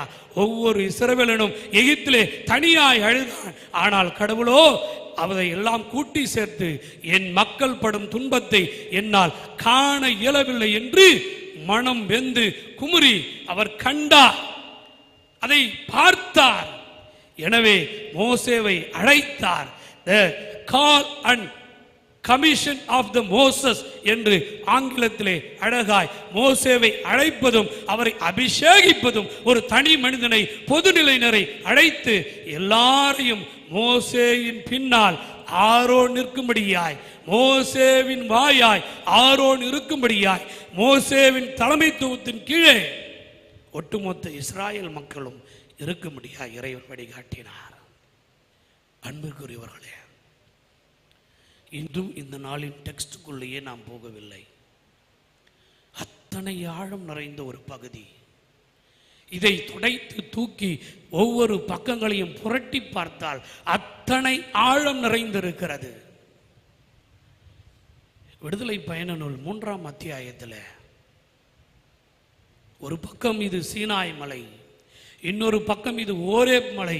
ஓரேப் மலை என்று சொன்னால் பாழ் நிலம் என்று பொருள், பாழ் மலை என்று பொருள். உன் வாழ்க்கை பாழ் நிலமாய் இருக்கிறதா?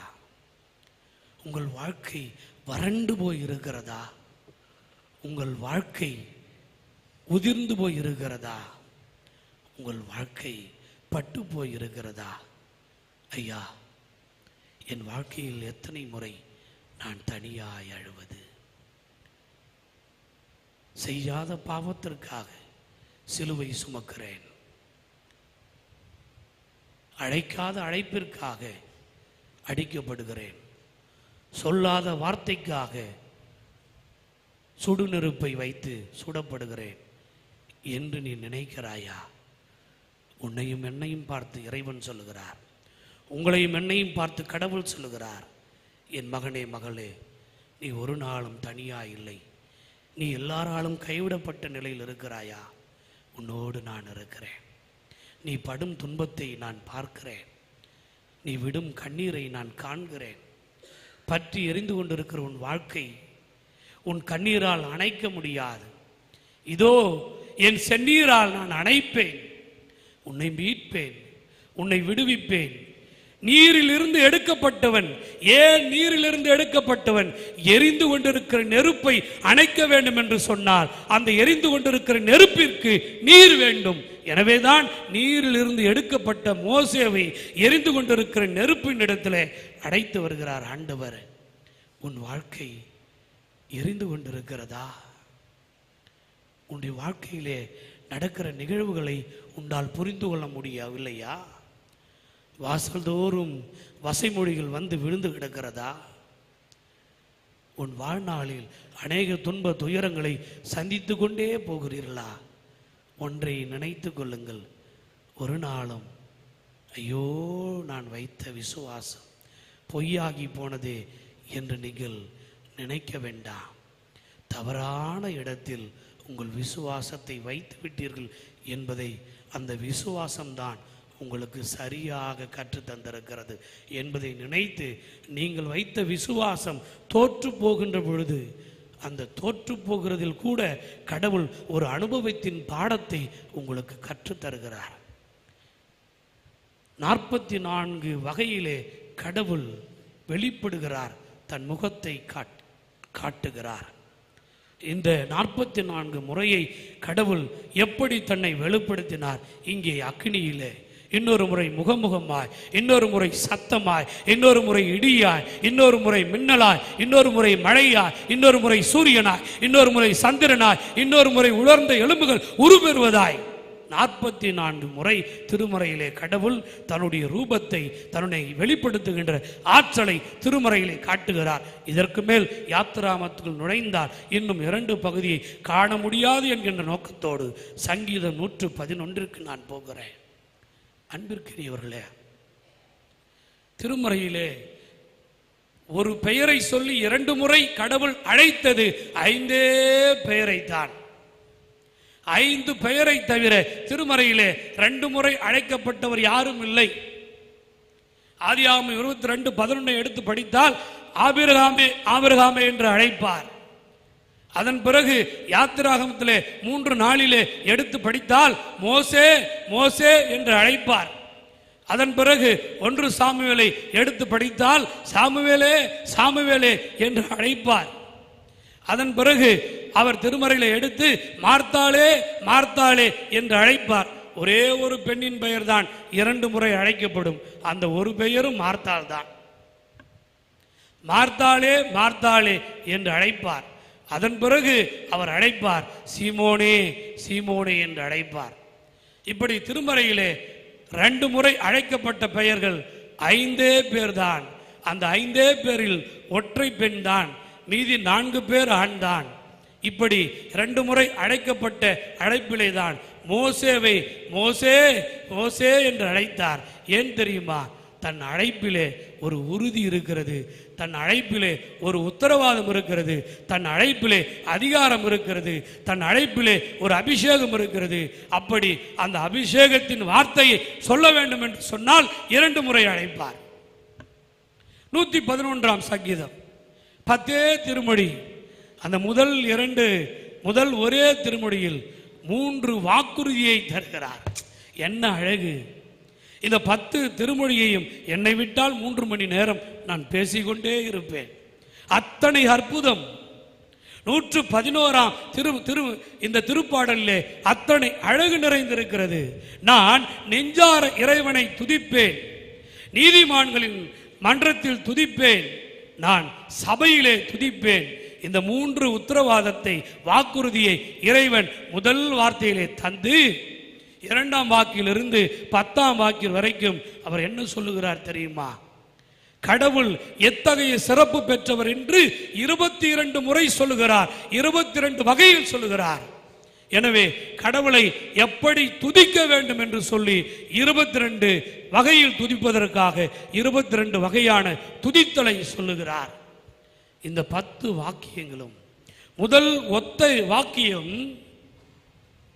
வாக்கு தத்தத்தை, வாக்குறுதியை வெளிப்படுத்திவிட்டு நான் இதை செய்தே தீருவேன்.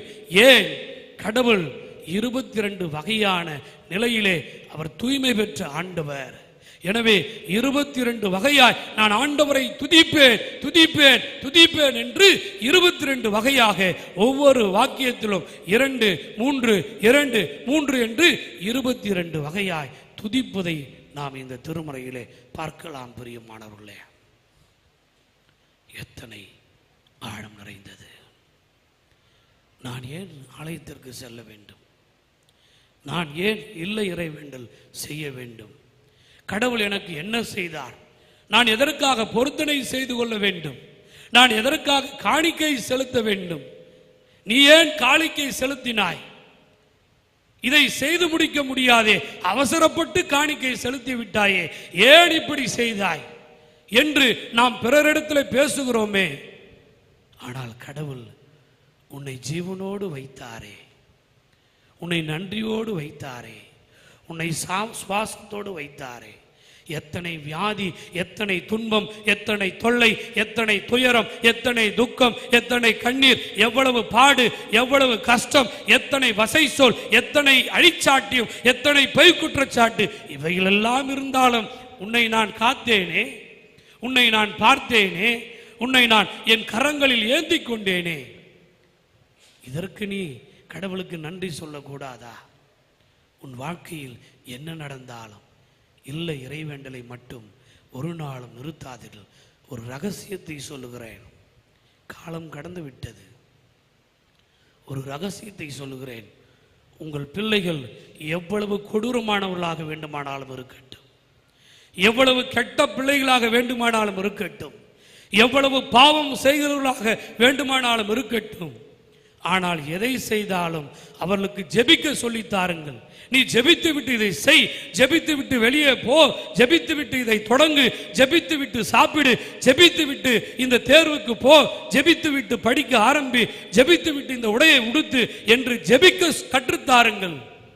அந்த ஜெபம் உங்கள் பிள்ளைகளை எத்தனை கொடூரமானவர்களாக இருந்தாலும் கட்டாயம் மாற்றியே தீரும். ஏனென்று சொன்னால் ஜெபத்திற்கு மாற்றுகின்ற தன்மை அதிகம் இருக்கிறது. யாரை? மனிதர்களை மட்டும் மாற்றுகின்ற தன்மை அல்ல, கடவுளையே மாற்றுகின்ற தன்மை ஜெபத்துக்கு இருக்கிறது. எனவேதான் ஆபிரகாம் 50 பேர் இருந்தால், 10 பேர் இருந்தால், 5 பேர் இருந்தால், 2 இருந்தால், 1 இருந்தால் என்று கடவுளையே மாற்றுகின்ற முயற்சி ஆபிரகாம் செய்த ஜெபத்தில் இருந்தது. எனவே ஐயா, என் பிள்ளை இப்படி இருக்கிறான், என் பிள்ளைகள் இப்படி இருக்கிறார், என் மகள் இப்படி இருக்கிறான், என் மகன் இப்படி இருக்கிறார் என்று சொல்லி அழுது புலம்புவது, கூப்பாடு போடுவதில் எந்த அர்த்தமும் இல்லை. ஜெபிக்க கற்றுத்தாருங்கள். அந்த ஜெபம் நிச்சயமாக மாற்றும்.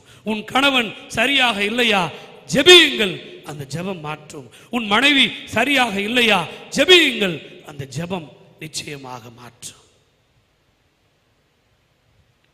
இந்த கர்த்தர் 22 வகையாய் அற்புதங்களை, அதிசயங்களை, நீதியை, நியாயத்தை, உண்மையை, ஞானத்தை வெளிப்படுத்துகின்ற கடவுளாய் இருந்ததினாலே 22 பிரைஸ் டு காட் என்று 111ஆம் சங்கீதம் சொல்லுகிறது. அன்பிற்கினியவர்களே, யோவான் 12ஆம் அத்தியாயம் திருமொழிகள் 20 26 வரையிலும் படிக்க கேட்டோம். இதுவும் ஒரு ஆழமான பகுதி. இந்த இறையியல் கல்வியை நீங்களும் நானும் இறைவனை புரிந்து கொள்ள வேண்டும் என்று சொன்னார், திருமறையை ஆழ்ந்து தேடாமல், படிக்காமல், ஒரு தேனியை போன்று தேடி தேடி போகாமல் ஒரு நாளும் நாம் திருமறையுடைய ரகசியத்தை அறிந்து கொள்ளவே முடியாது. கிரேக்கர் இப்பொழுது இயேசுவை பார்க்க வந்தார்கள். ஏன் இப்பொழுது கிரேக்கர் இயேசுவை பார்க்க வந்தார்கள்? ஏன் இதற்கு முன்பதாக இந்த கிரேக்கர் வரவில்லை? முதலில் இந்த கிரேக்கர் யார்? பிளாட்டோ யார்? அவர் ஒரு கிரேக்கர். சாக்ரட்டிஸ் யார்? அவர் ஒரு கிரேக்கர். அரிஸ்டாட்டில் யார்? அவர் ஒரு கிரேக்கர். கமாலியல் யார்? அவர் ஒரு கிரேக்க எபிரேயத்தை சேர்ந்தவர். கமாலியலுடைய மகன் யார் என்று சொல்லி நீங்கள் ஆழ்ந்து ஆழ்ந்து எடுத்து படித்து பார்த்தால் திருமறையிலே இந்த கிரேக்க தத்துவத்தினுடைய பின்னணியும் தொடர்ந்து பயணித்து கொண்டிருப்பதை நீங்களும் நானும் உணர்ந்து கொள்ள முடியும். இந்த கமாலியலினுடைய பாதத்திலே அமர்ந்து பவுல் கல்வி கற்றாரே, பவுல் திருமறையை கற்றுக்கொண்டாரே, அந்த கமாலியல் யார் என்று சொன்னால் சிமியோன் என்னும் ஒரு பெரியவர் இயேசு என்னும் அந்த குழந்தையை கையிலே ஏந்தி உடைய இரட்சணியத்தை என் கண்கள் கண்டது என்று சொல்லி இறை வார்த்தையை சொன்னாரே, அவருடைய மகன்தான் இந்த கமாலியல். இந்த கமாலியலுடைய பாதத்தில் தான் பவுலடிகளார் பாடம் கற்றார். எனவேதான் அவர் எழுதுகின்ற கடிதங்களில் எல்லாம் ஞானம் புரண்டோடுகின்ற ஆற்றல் நிறைந்த இறை வார்த்தைகள் தொடர்ந்து வந்து கொண்டே இருக்கும். ஏன் இப்பொழுது கிரேக்கர்கள் வந்தார்கள்? இதை ஆழமாய் விளக்குவதற்கு நேரம் இல்லாமல் போனாலும் ஒரு நிமிடத்தில் இதை நான் சொல்லி முடிக்கிறேன்.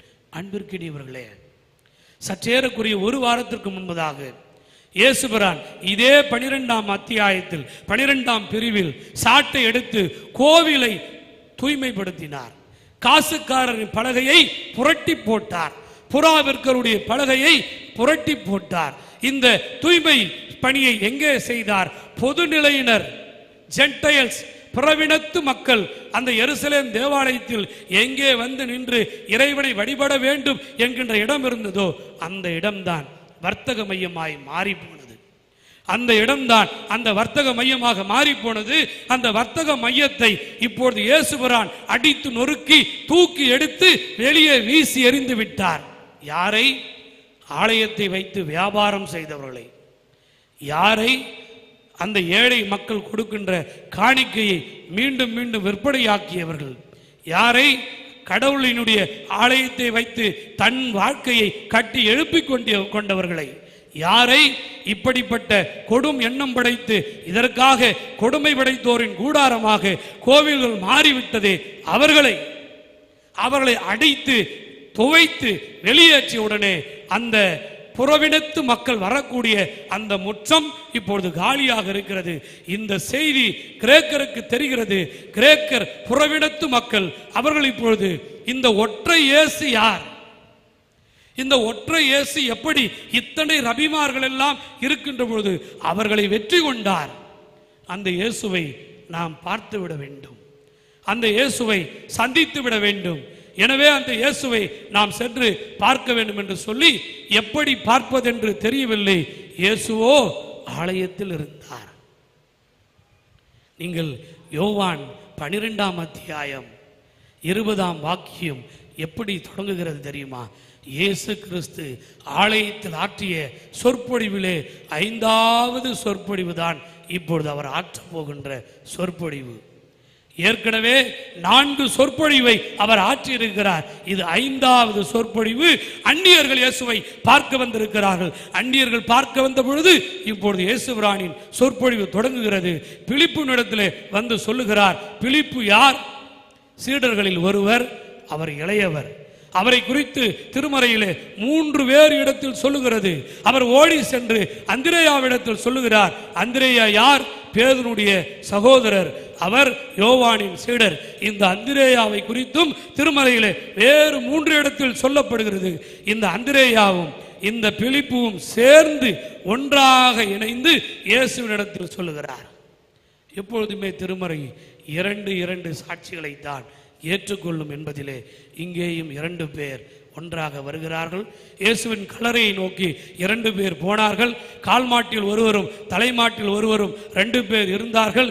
இயேசு கிறிஸ்து சீடர்களை அனுப்பிய பொழுது 2 பேராக அனுப்பினார்கள். எம்மாவிற்கு போனவர்கள் 2 பேர், கல்லறையை நோக்கி ஓடியவர்கள் 2 பேர். இப்பொழுது 2 பேர் இயேசுவிடத்திலே போகிறார்கள். இயேசுவிடத்திலே சொன்ன உடனே இயேசுவரான் சொன்னார், மானுட மகன். தானியேல் 7ஆம் அதிகாரத்தில் மானுட மகனை குறித்து ஆழமாய் சொல்லப்படுகிறது. வீட்டில் போய் எடுத்து படித்தவர்கள் பாருங்கள். மானிட மகன் மாட்சி பெற வேண்டிய சமயம் வந்துவிட்டது என்று அவர் சொன்னார். ஏன் அவர் மானிட மகன் மாட்சி பெற வேண்டிய அவசியம் வந்துவிட்டது என்று சொன்னதற்கு காரணம், உலகமெல்லாம் இயேசுவை குறித்து தெரிந்துவிட்டது. ஆனால் அங்கே உள்ளூரில் இருப்பவர்கள் எல்லாம் இயேசுவை சிலுவையில் அறைய வேண்டும் என்று கங்கணம் கட்டி கொண்டு அவரை சிலுவையில் அறைவதற்காக காரணம் தேடிக்கொண்டிருந்தார்கள். உலகத்திற்கு இயேசுபிரான் இரட்சகராக தெரிந்தார். கிரேக்கர்கள் வந்து இயேசுவை பார்வையிட வருகிறார்கள். நாங்கள் நிற்க வேண்டிய இடம், அந்நியர்கள் நிற்க வேண்டிய இடம் ஆதிக்கம் செய்யப்பட்டிருந்தது. இப்போது ஆதிக்கம் செய்யப்பட்ட இடம் காலியாக இருக்கிறது. அந்த இடத்தில் சென்று நின்று நான் ஆண்டவரை காண்பேன், தெய்வத்தை காண்பேன், அங்கே இதற்கு காரணமான இயேசுவை காண்பேன். எனவேதான் வந்தவர்கள் கோவிலிலே நின்று ஜெபித்து விட்டு போய்விடவில்லை, மாறாக இயேசுவை காண நாங்கள் விருப்பமாக இருக்கிறோம் என்று சொன்னார்கள். இயேசுவை காணும்படியாக செய்தார்கள். இயேசுவை கண்டார்கள். இயேசு அவர்களோடு பேசினார். அவர்கள் சென்ற பிறகு சொன்னார், மானுட மகன் சாகடிக்கப்பட வேண்டிய நேரம் வந்துவிட்டது. ஆனால் அவர்கள் நினைத்தார்கள், இவர் அரசனாக போகிறார், ஆட்சி பீடத்தை பிடிக்க போகிறார். அவருடைய புரிதலும் அங்கே இருந்தோரின் புரிதலும் ஒன்றல்ல. இயேசு கிறிஸ்து தான் சிலுவைக்கு போவதற்கு முன்பதாக எதை எப்படி செய்ய வேண்டுமோ அவைகளை படிப்படியாக செய்து கொண்டிருந்தார். படிப்படியாக செய்து கொண்டே சென்றார். ஒவ்வொன்றையும் எந்தெந்த முறையிலே செய்ய வேண்டுமோ அதே முறையிலே கையாண்டு போனார். சிலுவை மரணம் முடிவல்ல. ஏனென்று சொன்னால், எட்டி மரத்திலிருந்து ஆப்பிள் கனியை பறிக்க முடியாது. நெருஞ்ச முள்ளிலிருந்து நாம் நெருப்பு பழத்தை எடுக்க முடியாது. நெருஞ்ச முள்ளிலிருந்து, நெருஞ்ச செடியிலிருந்து நெருஞ்ச முள் தான் பெற முடியும். எருக்கம் செடியிலிருந்து எருக்கம் பாலைத்தான் எடுக்க முடியும். எட்டி மரத்திலிருந்து எட்டி காயைத்தான் பறிக்க முடியும். எட்டி மரத்தில் போய் நாம் எலுமிச்சம் பழத்தை பறிக்க முடியாது. அவரவர்களை அறிய வேண்டும் என்று சொன்னால் அந்தந்த கனிகளை, அந்தந்த காய்களை, அந்தந்த செயல்களை, அந்தந்த அறிந்து கொள்கின்ற ஆற்றலை தெரிந்து கொள்ள வேண்டும். தென்னிந்திய திருச்சபை மாபெரும் இயக்கம் என்று சொன்னால் அந்த இயக்கம் நம் கண்களுக்கு தெரிகிறது. அந்த இயக்கத்தின் குறைபாடுகள் சிலர் கண்களுக்கு தெரியும். யாருக்கு என்ன கண்களில் தெரிகிறதோ அதுதான் தெரியும். கடவுள் உன்னையும் என்னையும் காத்தது நம் நல்ல செயல்களால் அல்ல, தன் கிருபையால், தன் அருளால், தன் ஆற்றலால், தன்னுடைய மன இரக்கத்தால் காத்திருக்கிறார். நீதிமான் என்று சொல்வதற்கு யாருக்கும் இங்கே மாறுதட்டுவதற்கு இடமில்லை. கடவுளின் முன்னால் யாரும் நேரியவர் இல்லை. அதற்காக ஆண்டவரை நாம் துதிக்காமல் இருக்க முடியாது. ஆண்டவருக்கு செலுத்த வேண்டியதை நாம் செலுத்தாமல் இருக்க முடியாது. இதை அறிந்து கொள்வதுதான் இறையியல். இந்த அறிந்து கொண்டதை நாம் செயல்படுத்துவதுதான் த டூயிங் தியாலஜி. தியாலஜி நாம் செயல்படுகின்ற செயலாக்கமாக இருக்க முடியும். அறிதல் என்பது வேறு, தெரிதல் என்பது வேறு. ஆயரை பார்த்து விட்டாலே ஆயரை நான் அறிந்து விட்டேன் என்பது அல்ல. ஆயரோடு உண்டு உறங்கி பழகி பார்த்து அந்த தெரிதல் இருந்தால்தான் தெரிந்து கொள்ள முடியும். சீடர்கள் இயேசுவை அறிந்து கொண்டார்கள், இயேசுவை தெரிந்து கொள்ளவில்லை. எப்பொழுது இயேசுவை தெரிந்து கொண்டார்கள்? கோதுமை மணி 8 நிலைகளை செய்யும். அந்த கோதுமை மணி நிலத்தில் விழ வேண்டும், மண்ணிலே புதைய வேண்டும், ஈரத்தில் பட வேண்டும். கோதுமை மணி சாக வேண்டும், செத்து தன்னை இழக்க வேண்டும், இழத்து அதன் பிறகு உயிர் பெற வேண்டும், அதன் பிறகு உயிர் பெற்று மண்ணை கிளறச் செய்து மேலே எழும்ப வேண்டும், மேலே எழும்பி கடி கொடுக்க வேண்டும். இந்த நிலைக்கு 8 படிநிலைகள் அவசியமாய் இருக்கிறது. இந்த 8 படிநிலை உன் வாழ்க்கையில் இருந்தால்தான் பலன் தருவாய். இந்த படிநிலைகளிலே சில நேரங்களிலே சாவுக்கு இணையான வாழ்க்கை நமக்கு வரும். பெயரை நாம் எந்த நிலையிலும் தக்க வைத்துக் கொள்வதல்ல, பெயரை நாம் இழப்பதுதான் இதற்கு சரியா இருக்கும்.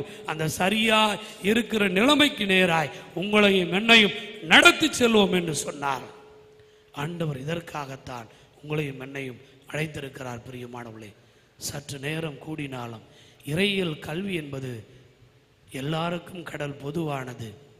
சிலர் அந்த கடலிலே மூழ்கி முத்தெடுக்கிறார்கள், சிலர் அந்த கடலிலே வலை வீசி மீன் பிடிக்கிறார்கள், சிலர் அந்த கடலிலே சிப்பிகளையும் நத்தைகளையும் நண்டுகளையும் அங்கே தாவரங்களையும் பொறுக்கி எடுக்கிறார்கள், சிலர் அந்த கடலிலே பாதங்களை நினைத்து பரவசம் அடைகிறார்கள், சிலர் அந்த கடல்களிலே கால்களை நினைத்து கலிகூறுகிறார்கள், சிலர் அந்த கடலிலே குளித்து கும்மாளம் விடுகிறார்கள். அந்த கடல் எல்லாருக்கும் பொதுவானதுதான். முத்தெடுத்தீர்களா? கிளிஞ்சல்களை பொறுக்கி கொண்டு புறப்பட்டு செல்கிறீர்களா? திருமறை என்பது இறைவனின் ஒட்டுமொத்த புதையலை உள்ளடக்கியது. இதிலே மூழ்கி முத்தெடுப்பதும் கரையில் நின்று கால் நனைத்து செல்லுவதும் நாம் எடுத்துக்கொள்கின்ற தேடலின் முயற்சியில் இருக்கிறது. நாம் மூழ்கி முத்தெடுக்க போகிறோமா, கரையில் நின்று கால் நனைத்து போக போகிறோமா? எல்லாம் உள்ள இறைவன் நம்மை ஆசீர்வதித்து காத்து வழி நடத்துவாராக. அன்பு தெய்வமே, உம் ஆற்றலை தாரும். அறிந்து கொள்கின்ற எங்களால் உம்மை தெரிந்து கொள்ள வரம் தாரும். தெரிந்து கொண்டு வீட்டில் இருப்பதல்ல, சும்மா இருப்பதே சுகம் என்பது இருப்பதல்ல. உம் திருப்பணியை விருப்பத்தோடு பல திருப்பத்தோடு எடுத்து செய்வதே அதற்கு நீர் எங்களை வழிகாட்டி அழைத்து செல்லும். ஆசீர்வதியும், காத்துக்கொள்ளும், பலப்படுத்தும். இயேசுவின் வழியாய் மன்றாடுகிறோம் உயிருள்ள நல்ல கடவுளே. ஆமேன், ஆமேன், ஆமேன். ஆண்டவருடைய அருள் வார்த்தையை கேட்ட நாம் அனைவரும் எழுந்து நின்று நம்முடைய விசுவாசத்தை உறுதிப்படுத்திக் கொள்ளும் வண்ணமாக அப்போஸ்தல விசுவாச பிரமாணத்தை இணைந்து ஏறெடுப்போம். வானத்தையும் பூமியையும் படைத்த சர்வ வல்லமுள்ள பிதாவாகிய தேவனை விசுவாசிக்கிறேன். அவருடைய ஒரே குமாரனாகிய நம்முடைய நாதர் இயேசு கிறிஸ்துவையும் விசுவாசிக்கிறேன். அவர் பரிசுத்த ஆவியினாலே கன்னிமரியாத்து உற்பத்தி பிறந்தார். பொந்தி பிலாத்தின் காலத்தில் பாடுபட்டு சிலுவையில் அறையுண்டு மரித்து அடக்கம் பண்ணப்பட்டு பாதாளத்தில் இறங்கினார். 3ஆம் நாள் மரித்தோருக்கு எழுந்தருளினார். பரமடத்துக்கேறி சர்வ வல்லமுள்ள பிதாவாகிய தேவனுடைய வலதுபார்த்திருக்கிறார். அவ்விடத்திலிருந்து எல்லோரையும் மரித்தோரையும் ஞானத்திற்கு வருவார். பரிசுத்த ஆவியை விசுவாசிக்கிறேன். பொதுவாக இருக்கிற சபையும் பசுவானுடைய ஐக்கியமும் பாவ மன்னிப்பும் சரீர உயிர்த்தெழுதலும் நித்திய ஜீவனும் என்று விசுவாசிக்கிறேன். ஆமேன். திருச்சபைக்கான அறிவிப்புகள். செயலர் பொருள்.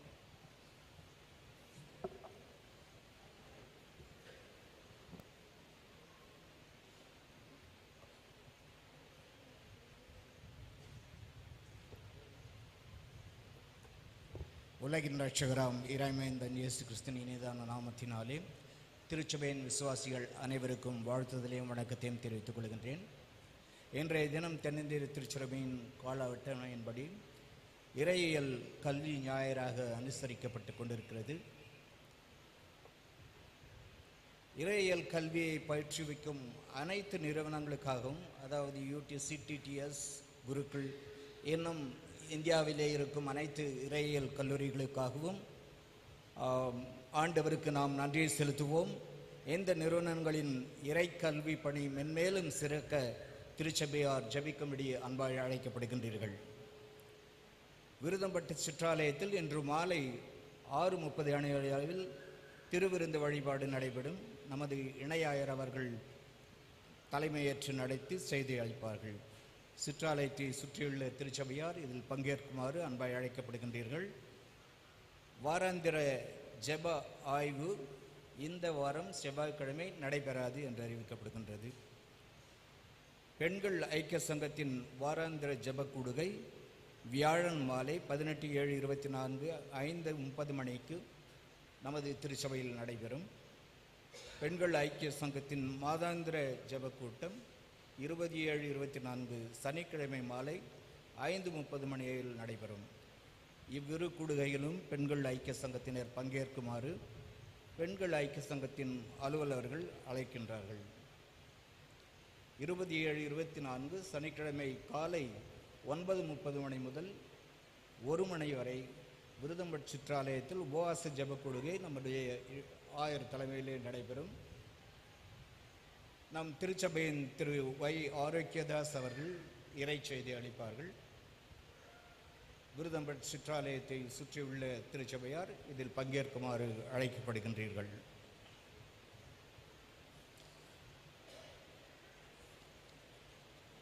திருமணமாகி முதல் முறையாக இந்த வழிபாட்டிலே பங்கேற்றுக் கொண்டிருக்கும் புது திருமண தம்பதிகள் திரு சுஜித் சச்சின் பால், திருமதி எலைன் டெபோரா பால் ஆகியோரை திருச்சபையின் சார்பிலே வாழ்த்தி வரவேற்கின்றோம்.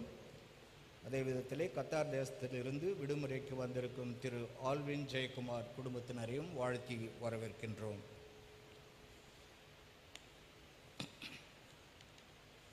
சிறப்பு சுவிசேஷ கூட்டம் இயேசுவே பதில் என்கிற ஹாலில் விருதம்பட்டில் 27/24 அன்று சனிக்கிழமை மாலை 6 மணிக்கு நடைபெறும்.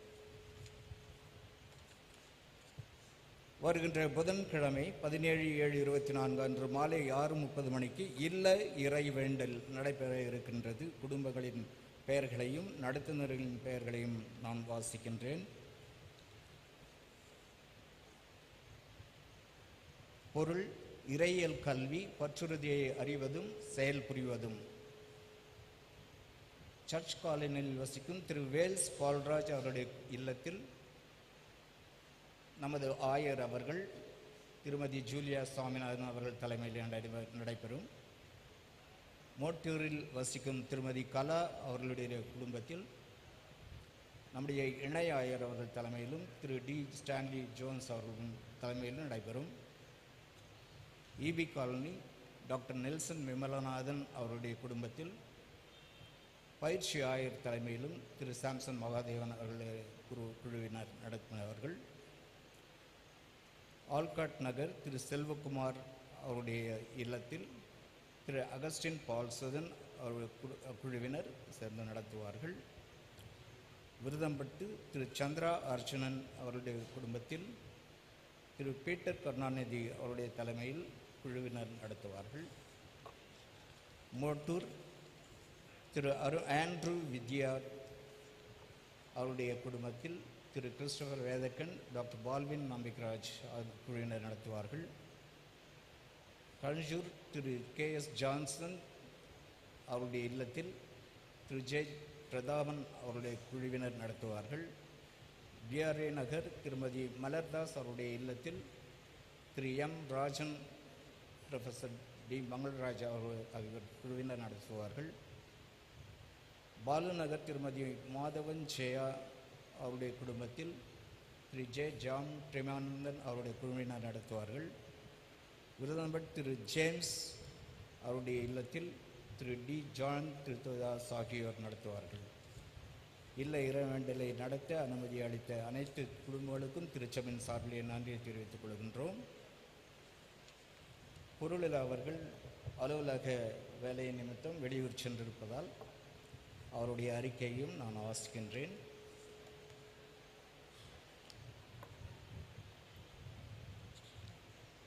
ஏழு 7/24 காலை ஆங்கில ஆராதனை மற்றும் 8:30 மணி தமிழ் திருவிருந்து ஆராதனையில் கர்த்தருக்காய் படைக்கப்பட்ட காணிக்கைகளின் விவரங்களை வாசிக்கின்றேன்.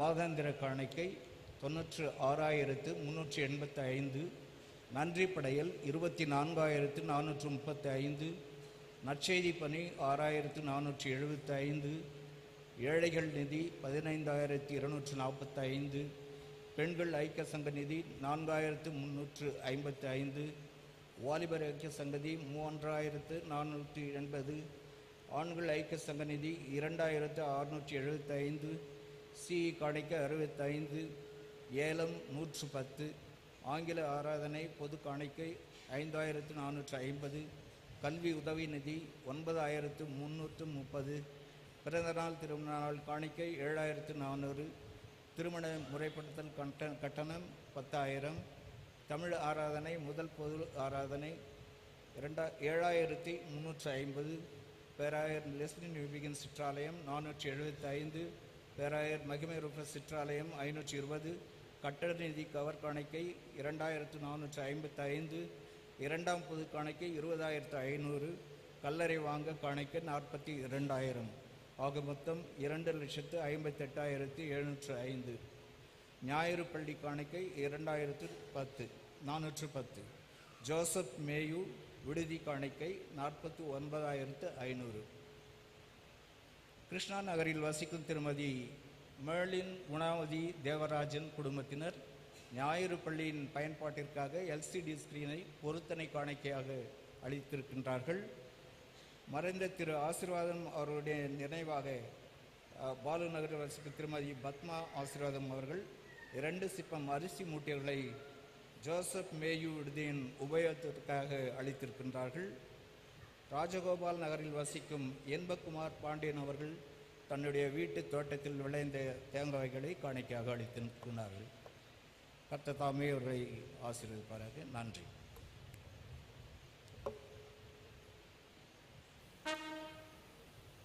அனைவரும் எழுந்து நின்று கீர்த்தனையில் 210 சத்திய வேதத்தை தினம் ஞானி சகல பேருக்கும் அது நாம் என்று பாடலை பாடுகின்ற பொழுது திருச்சபைக்கான 2வது காணிக்கை எடுப்பார்கள்.